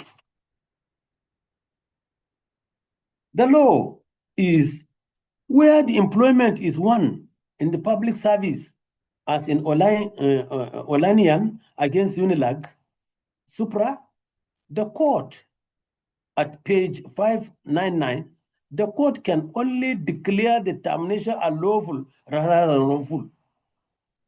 The claimant claimed as per relief C that she be reinstated to her position as a staff nurse with the first defendant. In dealing with this relief, it is pertinent to look into the reinstatement of the law.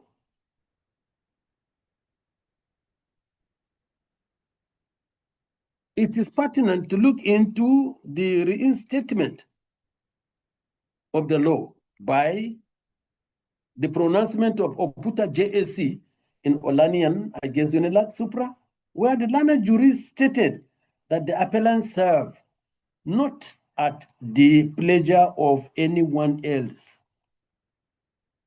that the terms of the Unilag Act applied to them, and that the council of the university can only operate within and under the authority granted to them by the applicable statute, which is the University Act, and in accordance with section 69(1) of the 1963 Constitution at the time. In this case, the Supreme Court went outside the bounds of the common law, that the connection between the university and its council and the appellants are more complex than the typical master-servant relationship under common law, because it was basically under formal written contract that has statutory flavor. The appellants were ordered to be reinstated by the court. Karibi White, JAC, in his concurring opinion, stated that the idea that the right to work is akin to the right to property, which is recognized by the law. To my mind, what is deducible from the decision, therefore, is that for an employment with statutory flavor can be terminated, the institution is meant to adhere to the statutory provisions that establishes and the regulations made thereunder the statute. In this regard, the fact that the claimant was on probation cannot undermine her statutory employment rights. Any decision regarding her employment is bound, therefore, to follow the applicable statute and governing instruments of the first defendant in this case. The claimant was in the service of the first defendant for 23 months after being elevated to permanent employment status and was said to spend only 1 month to qualify, and was said to spend only 1 month, only 1 more month to qualify her 2 years as a basis for her confirmation in the first defendant's employment. However,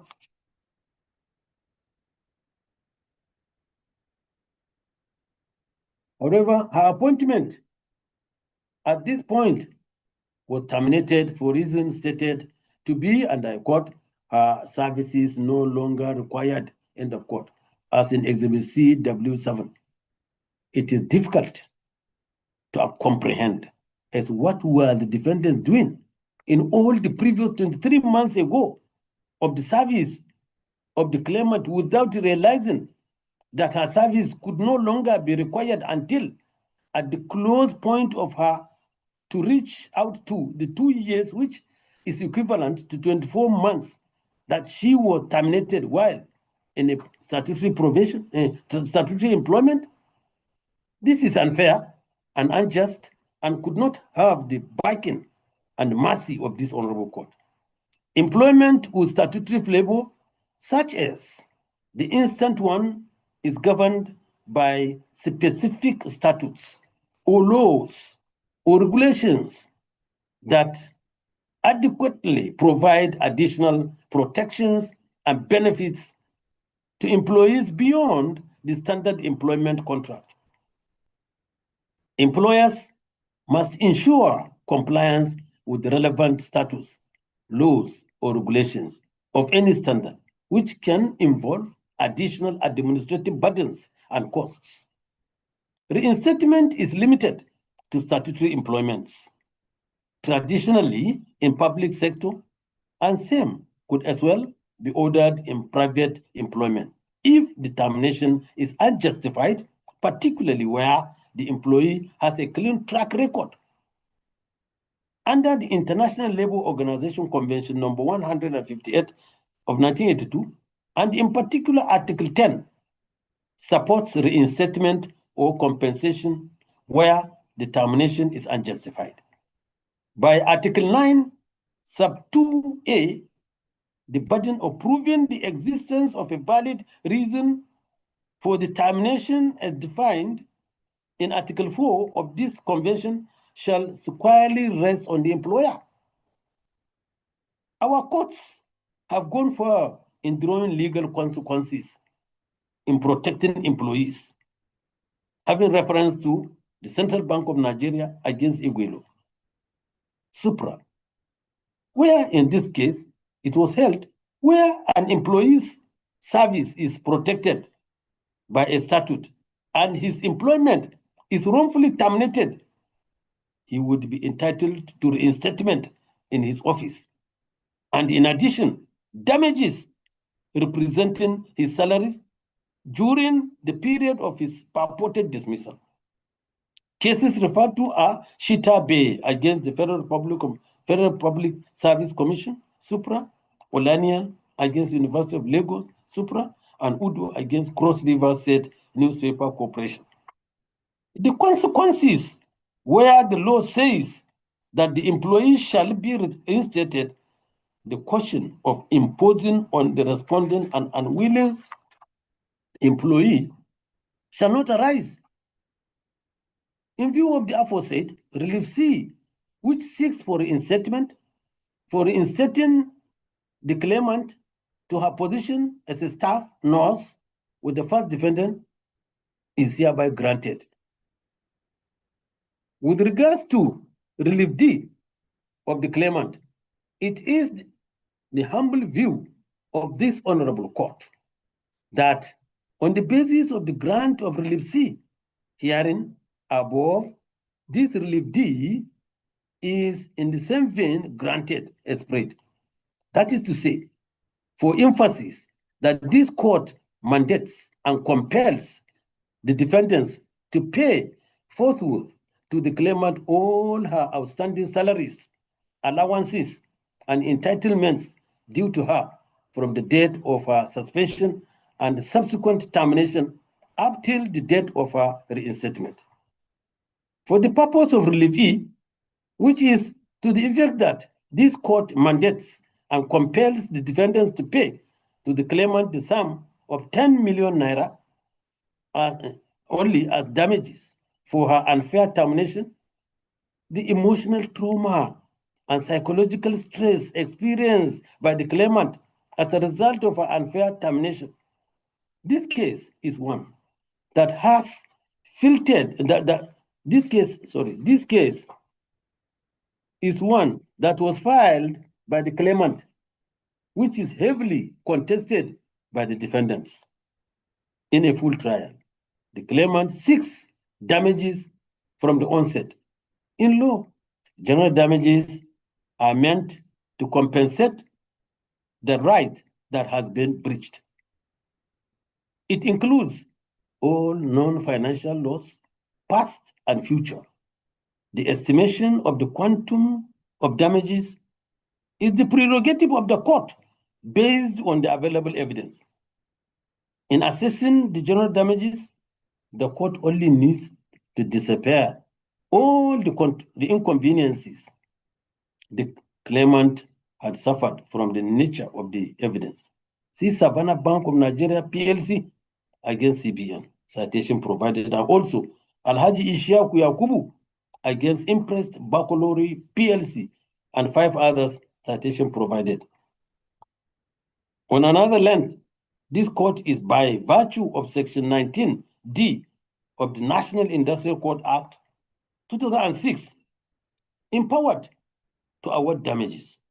See also the decision of this court in Master Io Itiom against Union Bank of Nigeria PLC, unreported suit,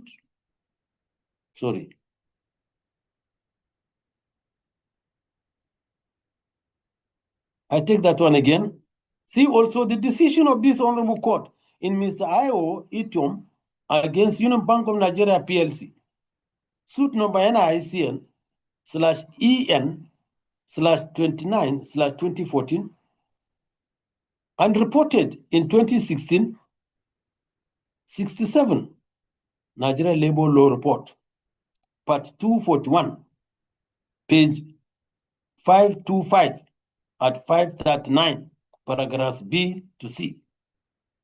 Having said so, the claimant upon seeking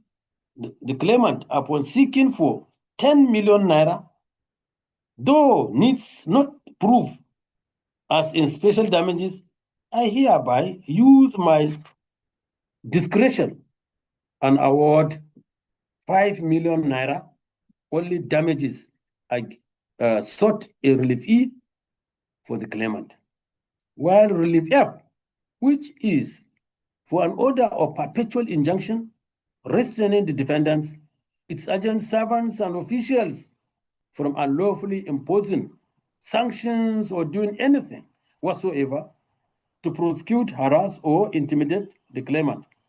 Let me state here that there is no basis for the grant of this relief at this stage because it is rather sought for out of emotion and speculation. The law, as stated by Karibi White, JSC, in Alhaji H.A. Hazim against Habib and 16 others, citation provided, is that, and I quote, it is a fundamental principle for the grant of injunctions that the application will always be granted to support a legal right. The most important precondition for an applicant is to show that he has a legal right which is threatened and ought to be protected, end of quote. This relief F of the claimant therefore fails, and accordingly I hereby refuse.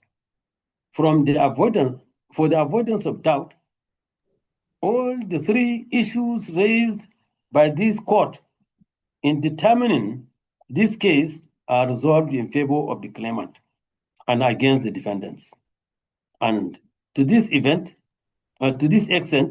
reliefs A, B, C, and D fully succeed.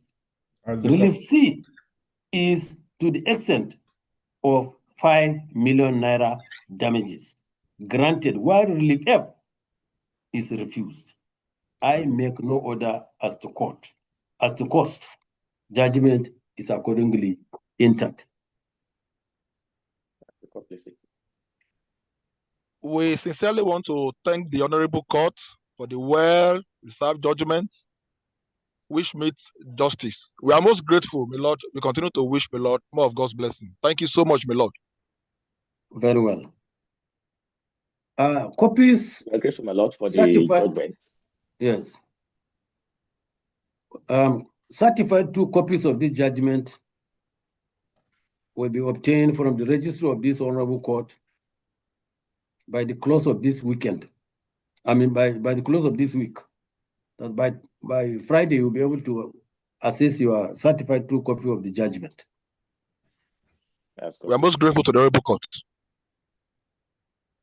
Very well.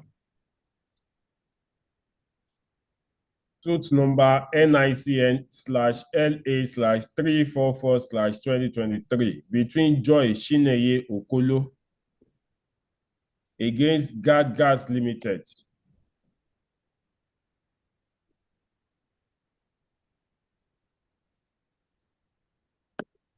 My Lord, the parties are absent.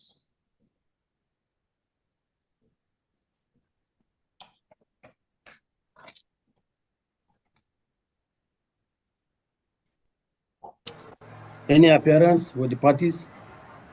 Parties are absent, my Lord. And they don't have appearance, a legal representation.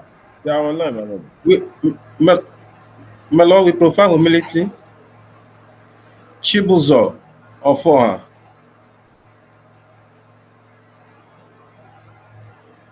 Ofo has spells O-F-O-H-A, my Lord.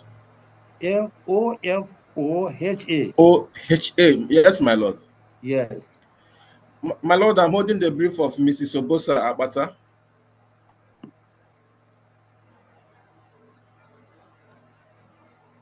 Obosa Abata. Yes, my Lord. How do you spell Abata? Obata? A-K-P-A-T-A, my Lord. A-K? P-A-T-A, my Lord. Come again. A-K-P-A-T-A. Okay, Akpata. Yes, my Lord. Very well. For the claimant. For the claimant, my Lord, yes.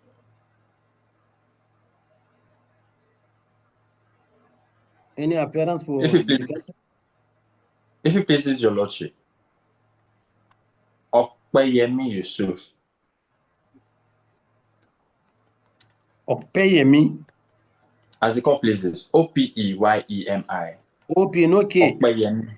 No K at all. No K, very well. Opeyemi. Yusuf. Yusuf. Yes. And appearing with me this morning is Eniola Aladeloba. Eniola. Spell Eniola for me. E-N-I. E-N-I-O-L-A. As the court pleases. Yes. Aladeloba. Aladeloba is also spelled as pronounced, my lord. Yes, I can get that one. This is not the first time you are appearing with her. As the court pleases. Very well. Most grateful, my lord. Our appearance is for the defendant. For the defendant. For the defendant. Yes, my lord. Very well.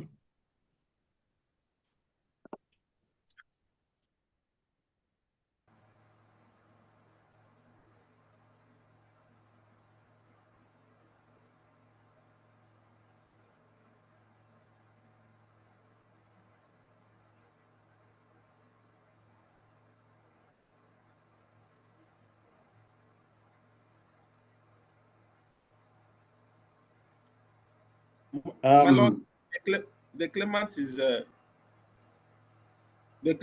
here, my Lord. Who said that the parties are absent? I see resurfaced. I'm present. I had connection issues. I just reconnected back. And you are sitting when it was said that parties are absent. Let me say, claimant present in court, eh? Yes, my lord. Defendant Absent. is absent.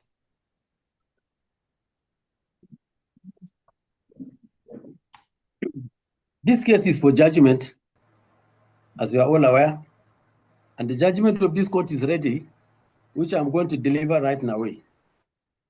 While doing so, as I adopted that posture in the previous judgments I read, I will only read the introductory part of it. I will skip some areas where I think they are not necessary, particularly the submissions of counsel, and then I will go straight to the most relevant part of the judgment, being the decision of this court. By the time you get your copy, you get the copies of the judgment, you'll be able to see everything. But this is for the sake of time. Judgment.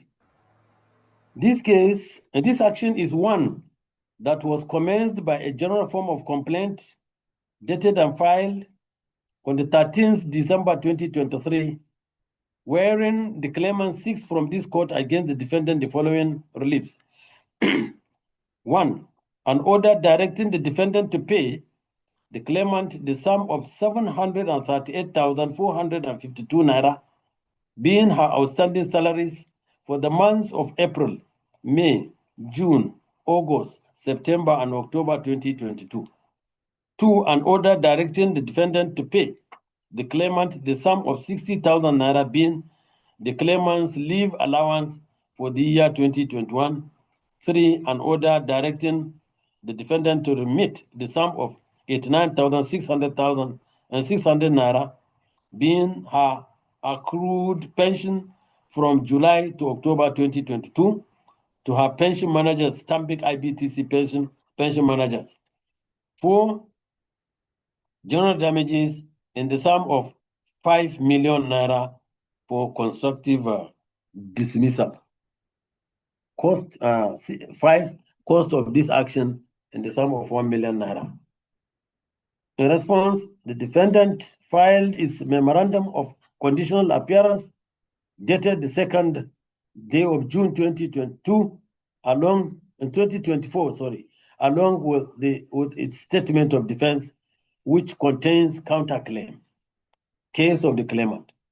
Claimant averred that she was employed by the defendant on August 3rd, 2020, on an annual salary of 840,000 naira. And while in the employment, the claimant stated she served the defendant diligently, meeting up her performance target from the commencement of her engagement. In March 2021, the defendant unilaterally reviewed downward her salary without prior notice given to her. From October to December 2021 and February to March 2022, the defendant paid only half of the claimant's salary, promising to pay the balance later. This caused significant financial hardship on the claimant.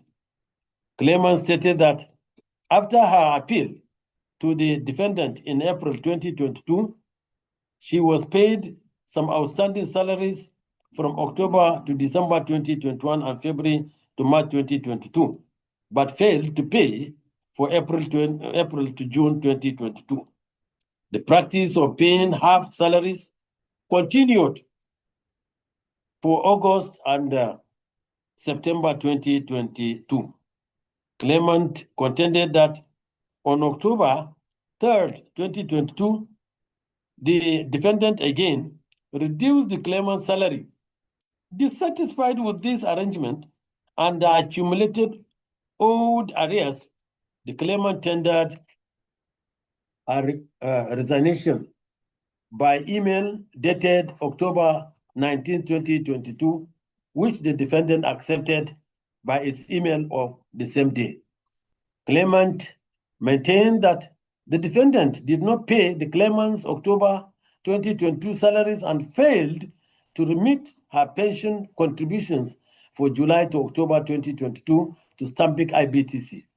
Legal demand letter by Mrs. G.U. Kachi and Co. and subsequent interventions by the Office of the Public Defender to the defendant were ignored by the defendant. Despite OPD's intervention in July 2023, the defendant's representative promised to address the issues but never followed through, thereby leaving the claimant's grievances unresolved. The case of the defendant is that the defendant filed its statement of defense incorporated with a counterclaim dated and filed on the 2nd day of July 2025, by which denied the allegations made by the claimant and in the counterclaim sought for the reliefs A to F therein. The defendant specifically maintained in its defense that the claimant's salary was restructured and realigned to adjust and adapt to the extent tax regime. Furthermore, contains that while the claimant was in the defendant's employment, the claimant failed to adhere to expected codes of conduct and the claimant engaged in misconduct, causing the defendant loss of money, business, and reputation. The defendant denied reducing the claimant's salary in March 2021, as alleged by the claimant. The defendant alleged that upon the claimant's resignation, via the claimant's mail of 19th October 2022, defendants acknowledged receipt of the claimant's resignation and asked that the claimant fulfills exit conditions before leaving the office of the claimant, failed to fulfill the exit conditions as contained in the defendant's mail of 19th October 2022. The counterclaim, consequently, the defendant, by way of counterclaim, sought for the following release from this court. 1, or A, the sum of 702,782 and 87 naira 37 kobo, being special damages incurred by the defendant in rectifying the fraudulent breach of the claimant on the Urban Power Plant project, and B, interest on the sum of 702,782 naira 37 kobo at bank lending rate, compounded daily, using the First Bank General Commercial Lending Rate as a guide from 19th day of May 2021 until full payment, and C, the sum of 10 million naira being aggravated damages for the reputational loss caused by the claimant to the defendant, and the sum D, and the sum of 5 million naira general damages, while E, interest on the sum claimed in paragraph C and D above at bank lending rate, compounded daily using the First Bank General Commercial Lending Rate as a guide from 19th day of May 2021 until full payment, and F, the defendant's costs and expenses attended to the defense process and attorney's fee attendant to this suit being 10% of the amounts claimed in paragraphs A, B, and D above. Defense to counterclaim. The claimant, defendant to counterclaimant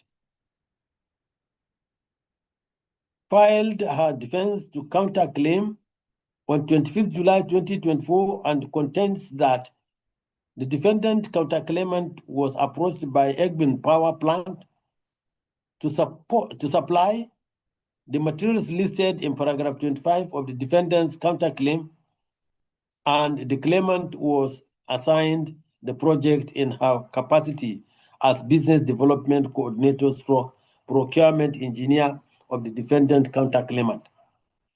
It is averred that at the time the defendant counterclaimant received the request to provide the items listed in paragraph 25 of the counterclaim, only item A was available in the market while items B and C were not.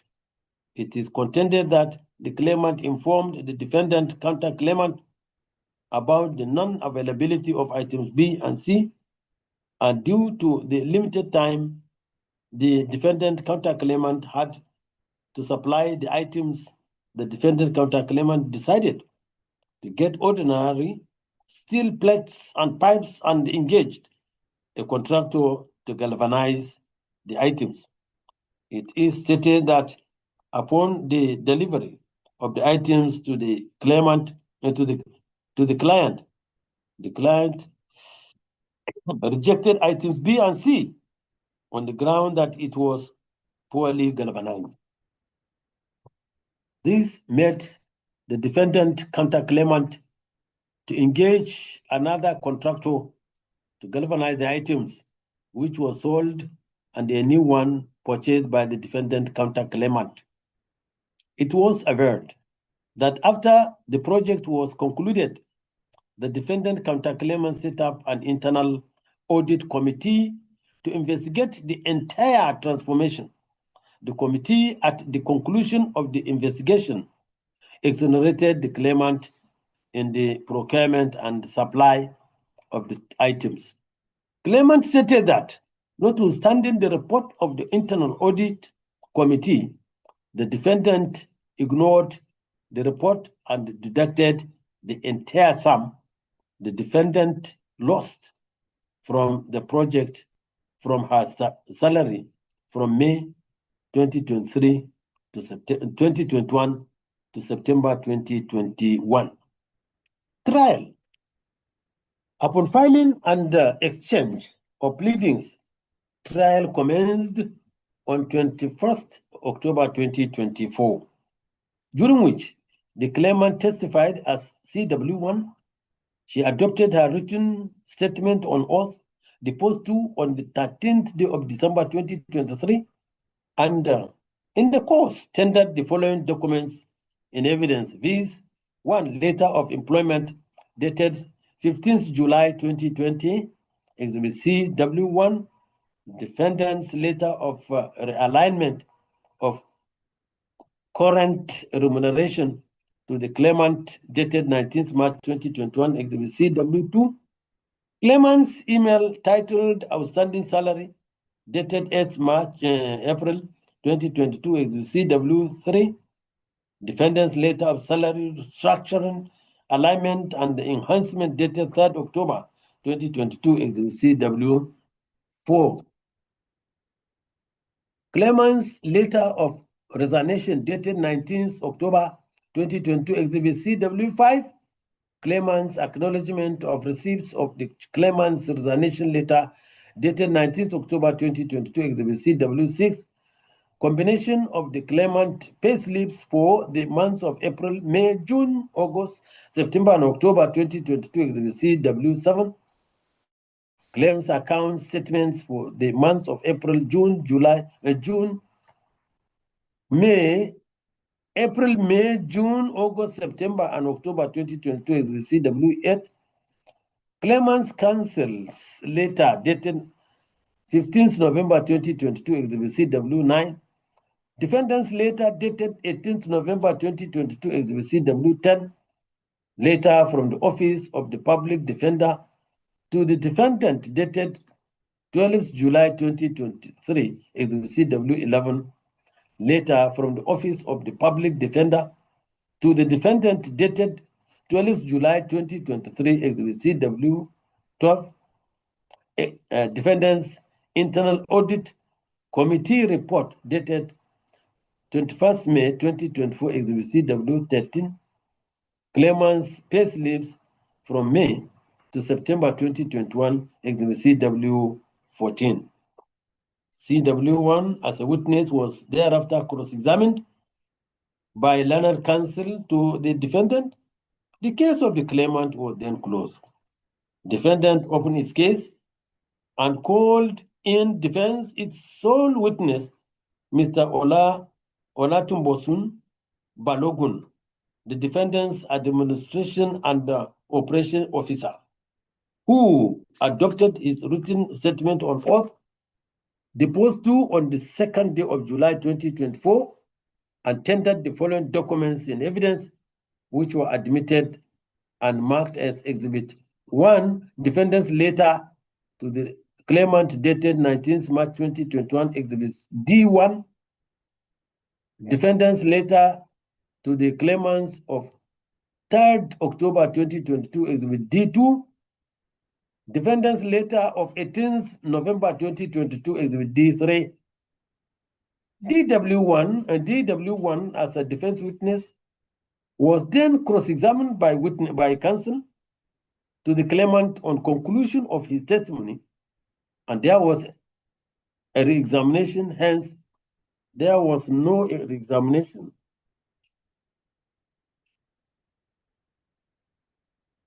Hence, the case of the defendant was closed. Defendant's final written address. Defendant filed its final written address on the 7th of July 2025, wherein submitted the following issues for determination to wit: A, whether the claimant's salary was unilaterally reduced via the defendant's letter of March 19, 2021 is alleged by the claimant. B, whether the claimant was stopped from alleging unlawful reduction of salary when the claimant did not complain upon receipt of the defendant's letter of March 2021. March 19, 2021. C, whether the claimant's deliberate act of delivering a substandard product to empower one of the defendant's clients amounts to a misconduct against the defendant. D, whether the claimant should be rewarded when the claimant's misconduct in the course of the claimant's employment resulted in substantial loss to the defendant's company. Issue 1, counsel made submission. I have captured the submissions of counsel on this issue. As I said, I'm going to skip it, and I'm skipping it. I now move identifying issue 2, where counsel made elaborate submission, and I skip it. Issue 3 and 4, counsel took them together and argued them, and I skipped them. I moved on to the claimant's final written address, a response. Claimant filed her final written address on 18th March 2025 and submitted the following issues for determination to it. 1, whether on the preponderance of evidence, the claimant has proved her case to entitle her to the relief sought. 2, whether the defendant has proved its counterclaim. Issue 1, counsel also went on to submit, which is followed by his submission as well in issue 2, on issue 2, which I skip it. I will now move straight to the decision of this honorable court.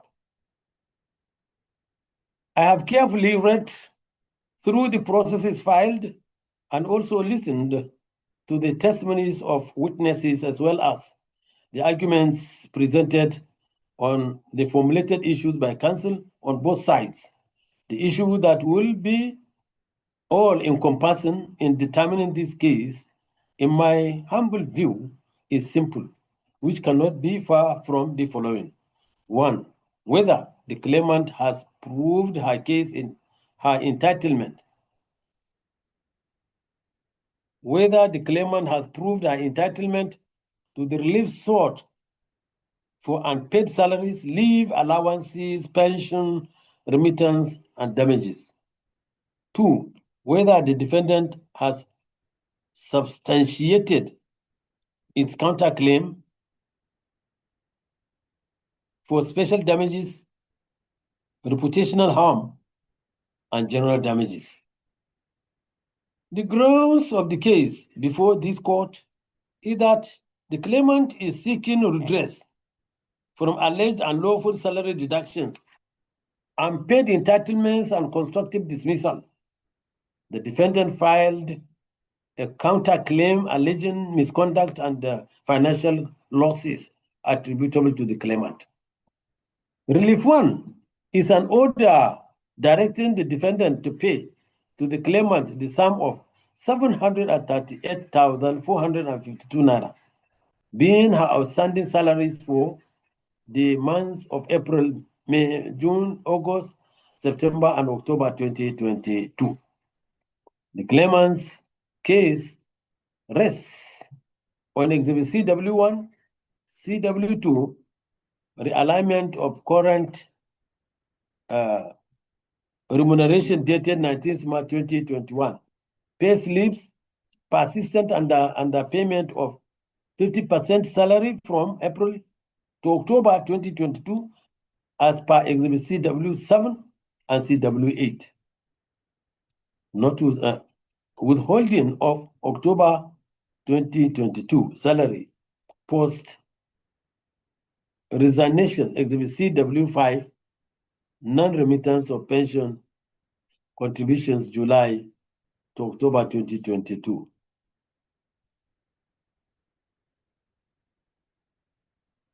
Clause 6 of Exhibit CW1 is reproduced below. In event of terms of employment or resignation of an employee, notice or payment in lieu shall be in accordance with the Labor Act Cap L1 and LFN, Laws of the Federation of Nigeria 2024. Exhibit CW2 is reproduced below.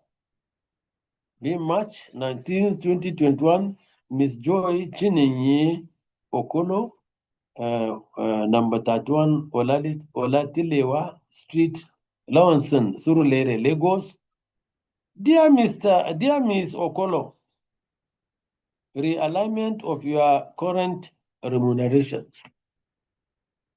We wish to advise that following the recent pronouncement by the federal government of Nigeria, the management has taken the decision to ameliorate the impact of the changes in the tax regime on your remuneration.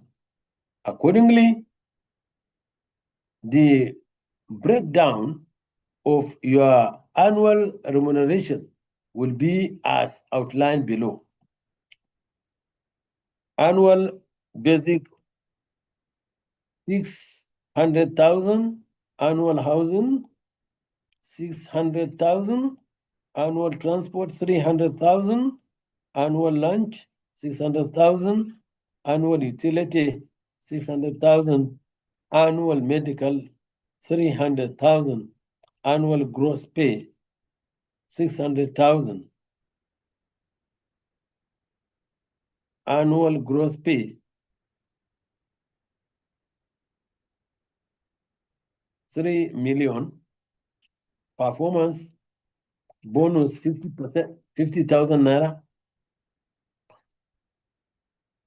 vacation 60,000. Please note that this is an alignment of your compensation and not an increment in salary. Very truly yours, Bolahan Ayodele, Chief Executive Officer. It is trade law that an employer/employee relationship is governed by the contract of employment, C Mining PLC against Olale, citation provided, while the court is per Muhammad Lawal Garba, JCA, and then he was, now JSC, at page 13 to 15, paragraphs B to E, where the learned jurist held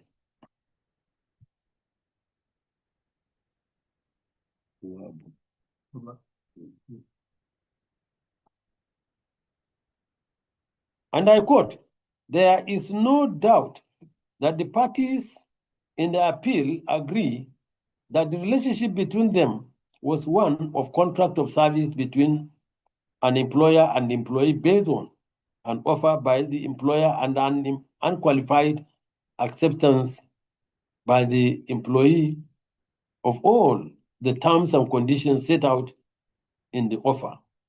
The terms and conditions are offered and accepted by the parties, therefore formed the foundation which governed and regulated the agreement and relationship between them. Therefore, in the contract of employment, the parties are bound by the terms and conditions freely entered to by them, and such, and each will be liable for the unilateral breach of any of the terms and conditions in the course of the relationship.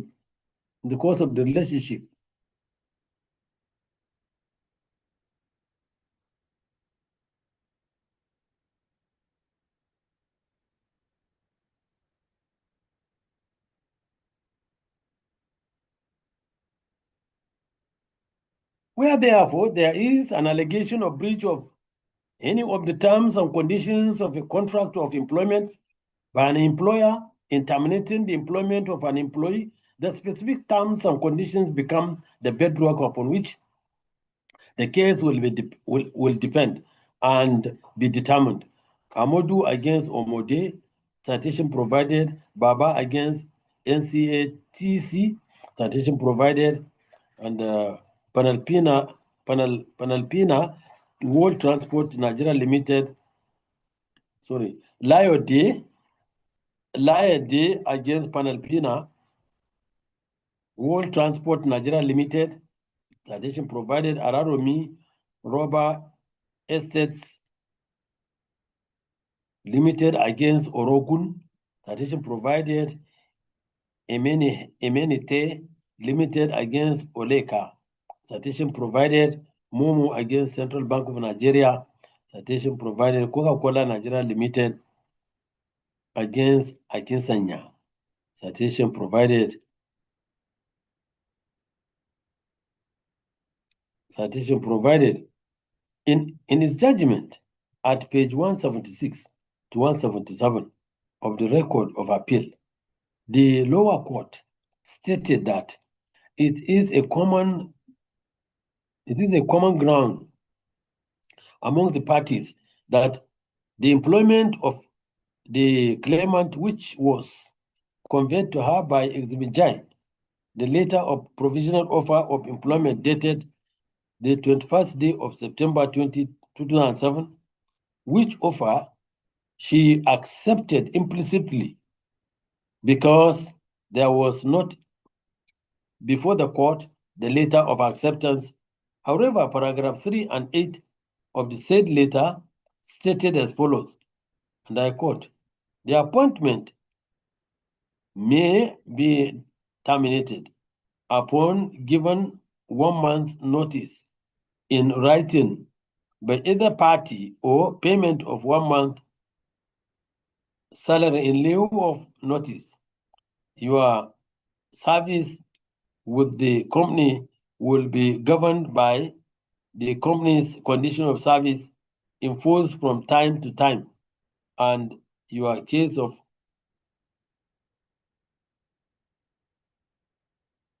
and your place of engagement in Abuja factory. You will hereby agree to be bound by the condition, rules, and regulations of payment of employment of this company as provided in the employment handbook Section C, paragraph 1C of Exhibit A. The Employees Handbook provides as follows. Appointment during probation or after confirmation may be either by the employee or by the company on giving 1 month notice or payment of 1 month salary in lieu of notice. The above terms and conditions form part of the terms and conditions freely agreed to by the parties in this appeal to govern and regulate their contractual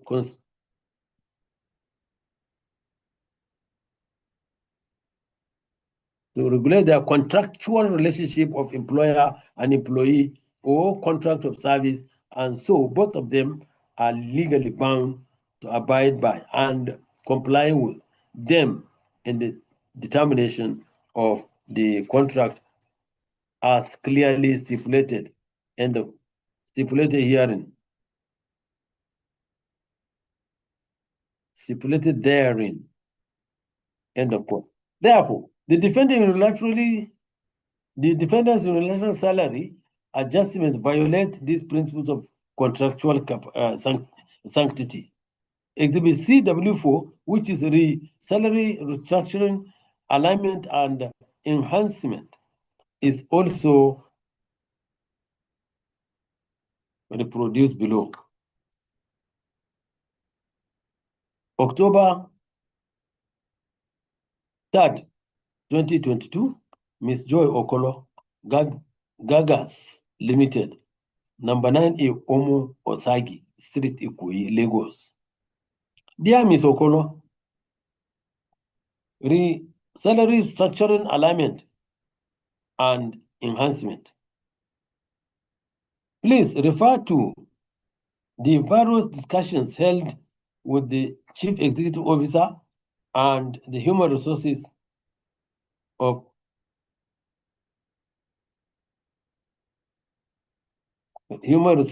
Officer on the need to restructure and realign your remuneration in order to reflect the role as business development coordinator and thereby encourage higher productivity on your part. With a view to enhancing your compensation package, management has decided that effective from October 1, 2022, your annual compensation will be based on a 2-tier structure as follows. A guaranteed amount being an annual basic salary of 300,000 naira. Annual housing allowance of 300,000 naira allowance.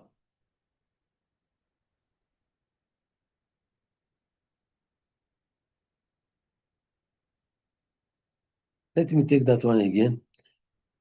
A guaranteed amount, annual basic salary of 300,000 naira, annual housing allowance, 300,000 naira annual transportation allowance, 150,000 naira annual utility allowance, 300,000 naira annual lunch allowance, 300,000 annual medical allowance, and 150,000 naira variable amount to be based on 3% of the net margin on all new client sales or procurement guaranteed by you such month up to a maximum of 250,000 naira per month. Per month. Amounts payable to you will be based on the amount realized upon or after the collection of the receivable from the client. It is hoped that this enhanced compensation package will encourage you to put in your best to ensure the development and multiple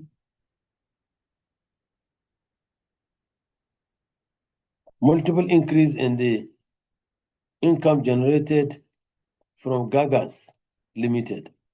We look forward to you aligning with the redefined goals and objectives of management.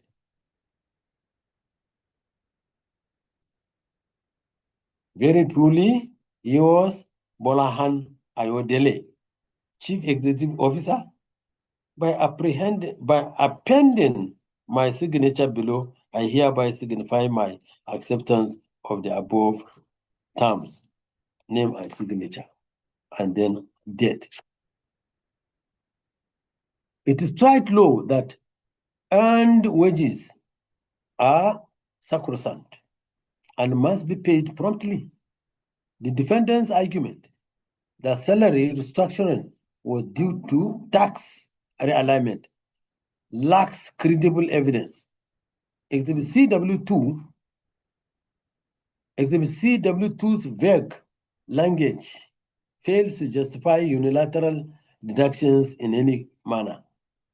The claimant's payslips CW7 and bank statements Exhibit CW8 conclusively prove unemployment.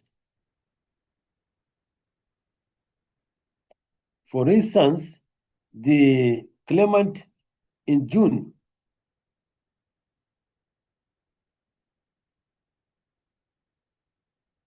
was paid 112,000 naira, 393, but was denied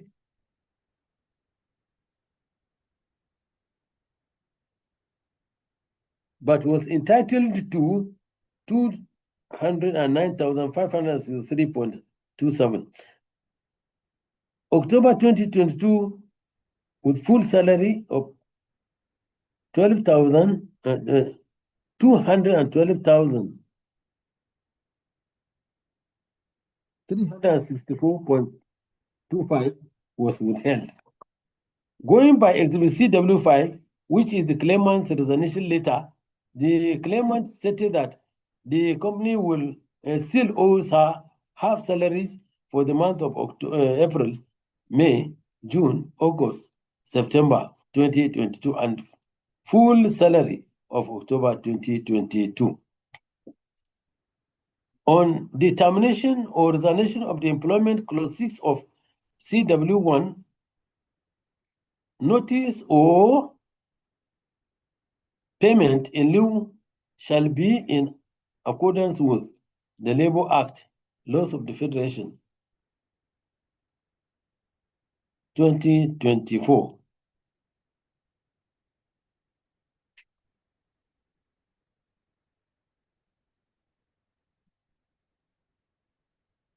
Effecting that employers must pay all accrued and unpaid incentives, awards, and salaries before the effective termination date, and if it involves reimbursement of expenses such as out-of-pocket expenses incurred by the employee, it shall be paid off.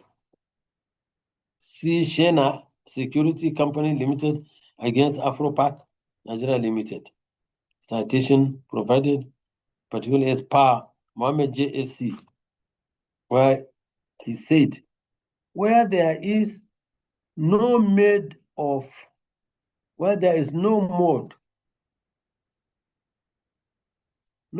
termination of the contract of service by any form of notice, the common law rule will apply.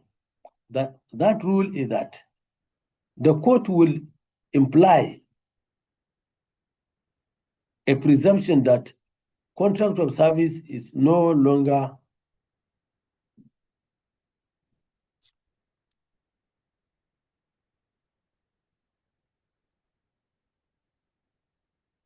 no is to terminate by reasonable notice given by either party. What amounts to reasonable notice will depend on the intention of the parties as revealed by the terms of the contract. Defendant contended that the claimant failed to fulfill Exhibit DW6, which is reproduced below. Exhibit DW6, letter of resignation. Good day, Joy. This is to acknowledge the receipt of your resignation. Kindly be informed that you are required to do the following before exiting the company. 1. Fill the exit interview form. 2. Prepare a proper handing over note. That is, prepare a proper handing over note. 3. State all vendors you brought in for the company alongside the salaries you were paid. 4. Ensure you sign the letter recently given to you. 5. Activity report for the month. 6. The project outstanding must be listed appropriately. All this information are to be submitted on or before the 25th day of October 2022. Regards, Elizabeth Bello, Human Resources Officer, Lincoln and Devani, Consulting number 9A, Omo, Osage Street, Ikoyi, Lagos. Flowing from the above, Exhibit CW6 is not in conformity with Exhibit CW1, even though the claimant stated in paragraph 17 of her statement of claim that she had fulfilled the conditions in Exhibit CW6. As such, I am of humble view that this Exhibit CW6 cannot be used as a condition for the claimant's resignation, having regards to the circumstances of this case. Flowing from the above, Relief 1 succeeds, and I so hold. Relief 2 is for an order directing the defendant to pay the claimant the sum of 60,000 naira, being her leave allowance for the year 2022.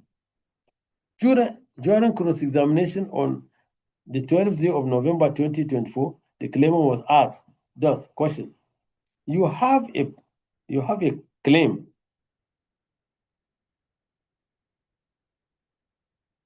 You have a claim for leave allowance. Did you go on leave in the year 2021? Answer, my leave claim is for 2022, which I went on leave. From the above evidence, the claimant having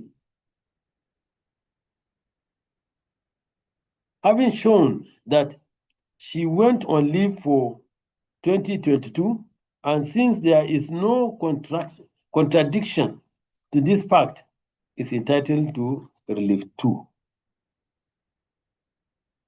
And I so hold. Relief 3 is for an order directing the defendant to remit the sum of 89,600 naira, being her accrued pension from July to October 2022 to her pension managers, Stanbic IBTC. It is pertinent to note that the defendant's failure to remit pension contributions and testified to breaches Section 4, Sub 1 of the Pension Reform Act 2014. The sum of 89,000 naira is the sum of 89,600 naira is to be remitted to the claimant Stanbic IBTC pension managers in compliance with the law. Therefore, this relief succeeds, and I so hold. Relief 4 is general damages in the sum of 5 million naira only. Damages mean a sum of money awarded to a person injured by the tort of another. It is in general that pecuniary compensation which the law awards to a person for the injury he has sustained by reason of the act or default of another, whether that person or default, whether that acts or default is a breach of contract or tort. See Shell Petroleum Development Company, Nigeria Limited against Table 7, citation captured. Okuje against Shell Petroleum Development Company of Nigeria Limited, citation captured. Money cannot renew a shattered human frame. However, monetary compensation can be awarded so that the court must do the best in it, must do the best it can in the light of the circumstances of each case, as the object of the award of damages is to compensate the plaintiff or claimant fairly and adequately, but not necessarily punishing the defendant. This means that the claimant for compensation and general damages are one and the same. Something. Anamali against Ijireogo. Citation provided.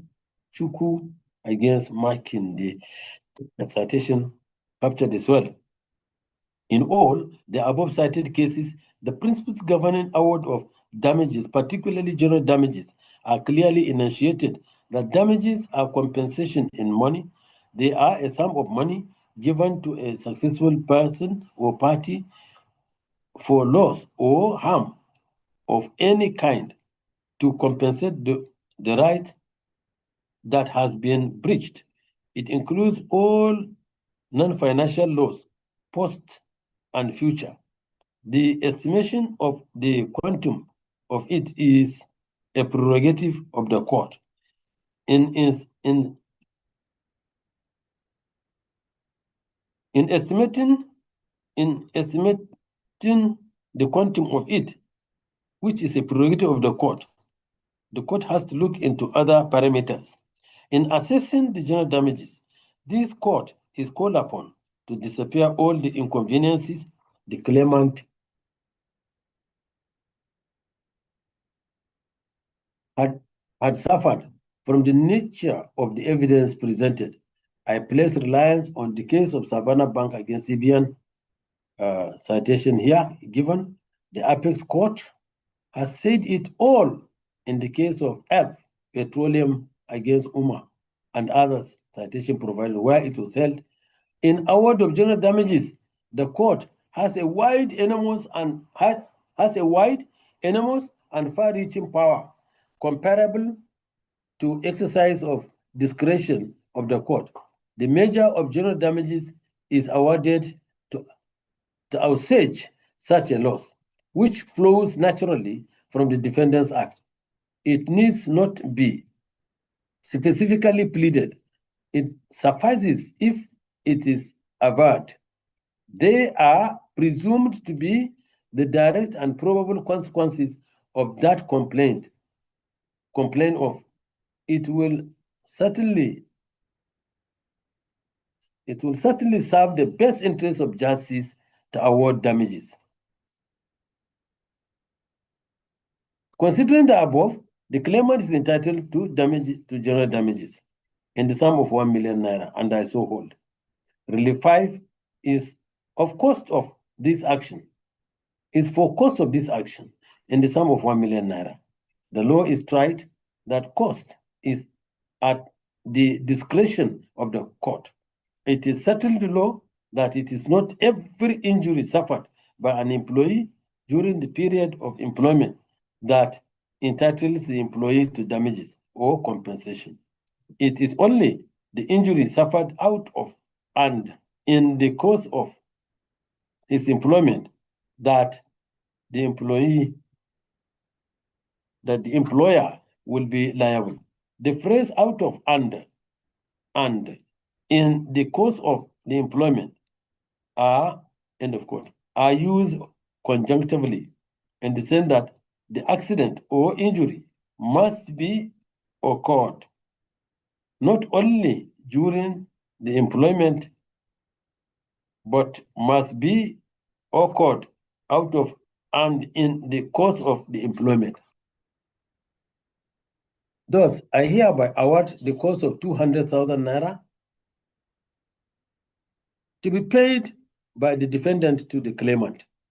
For the avoidance of doubt, relief one, which the claimant's outstanding salaries from April to October 2022, the claimant is entitled to the sum of 737,452 naira thereof, and I so hold. Relief 2 succeeds. The claimant is entitled to leave allowance for the year in issue in the sum of 60,000 naira. Relief 3 succeeds. The claimant is entitled to pension remittance of 89,600 naira to be paid to Stanbic IBTC pension managers by the defendant. The claimant is entitled to general damages in the sum of 1 million naira only, and I so grant. Relief 5 succeeds.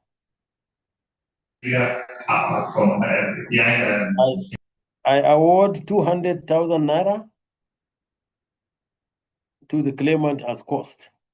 As for the counterclaim, the defendant counterclaimant alleged fraudulent breach in a green power project causing 702,787 naira 37 kobo in losses, reputational damage 10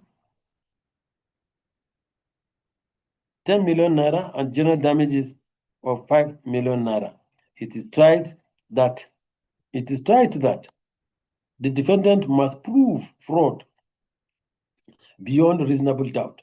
Fraud must be specifically pleaded and proven.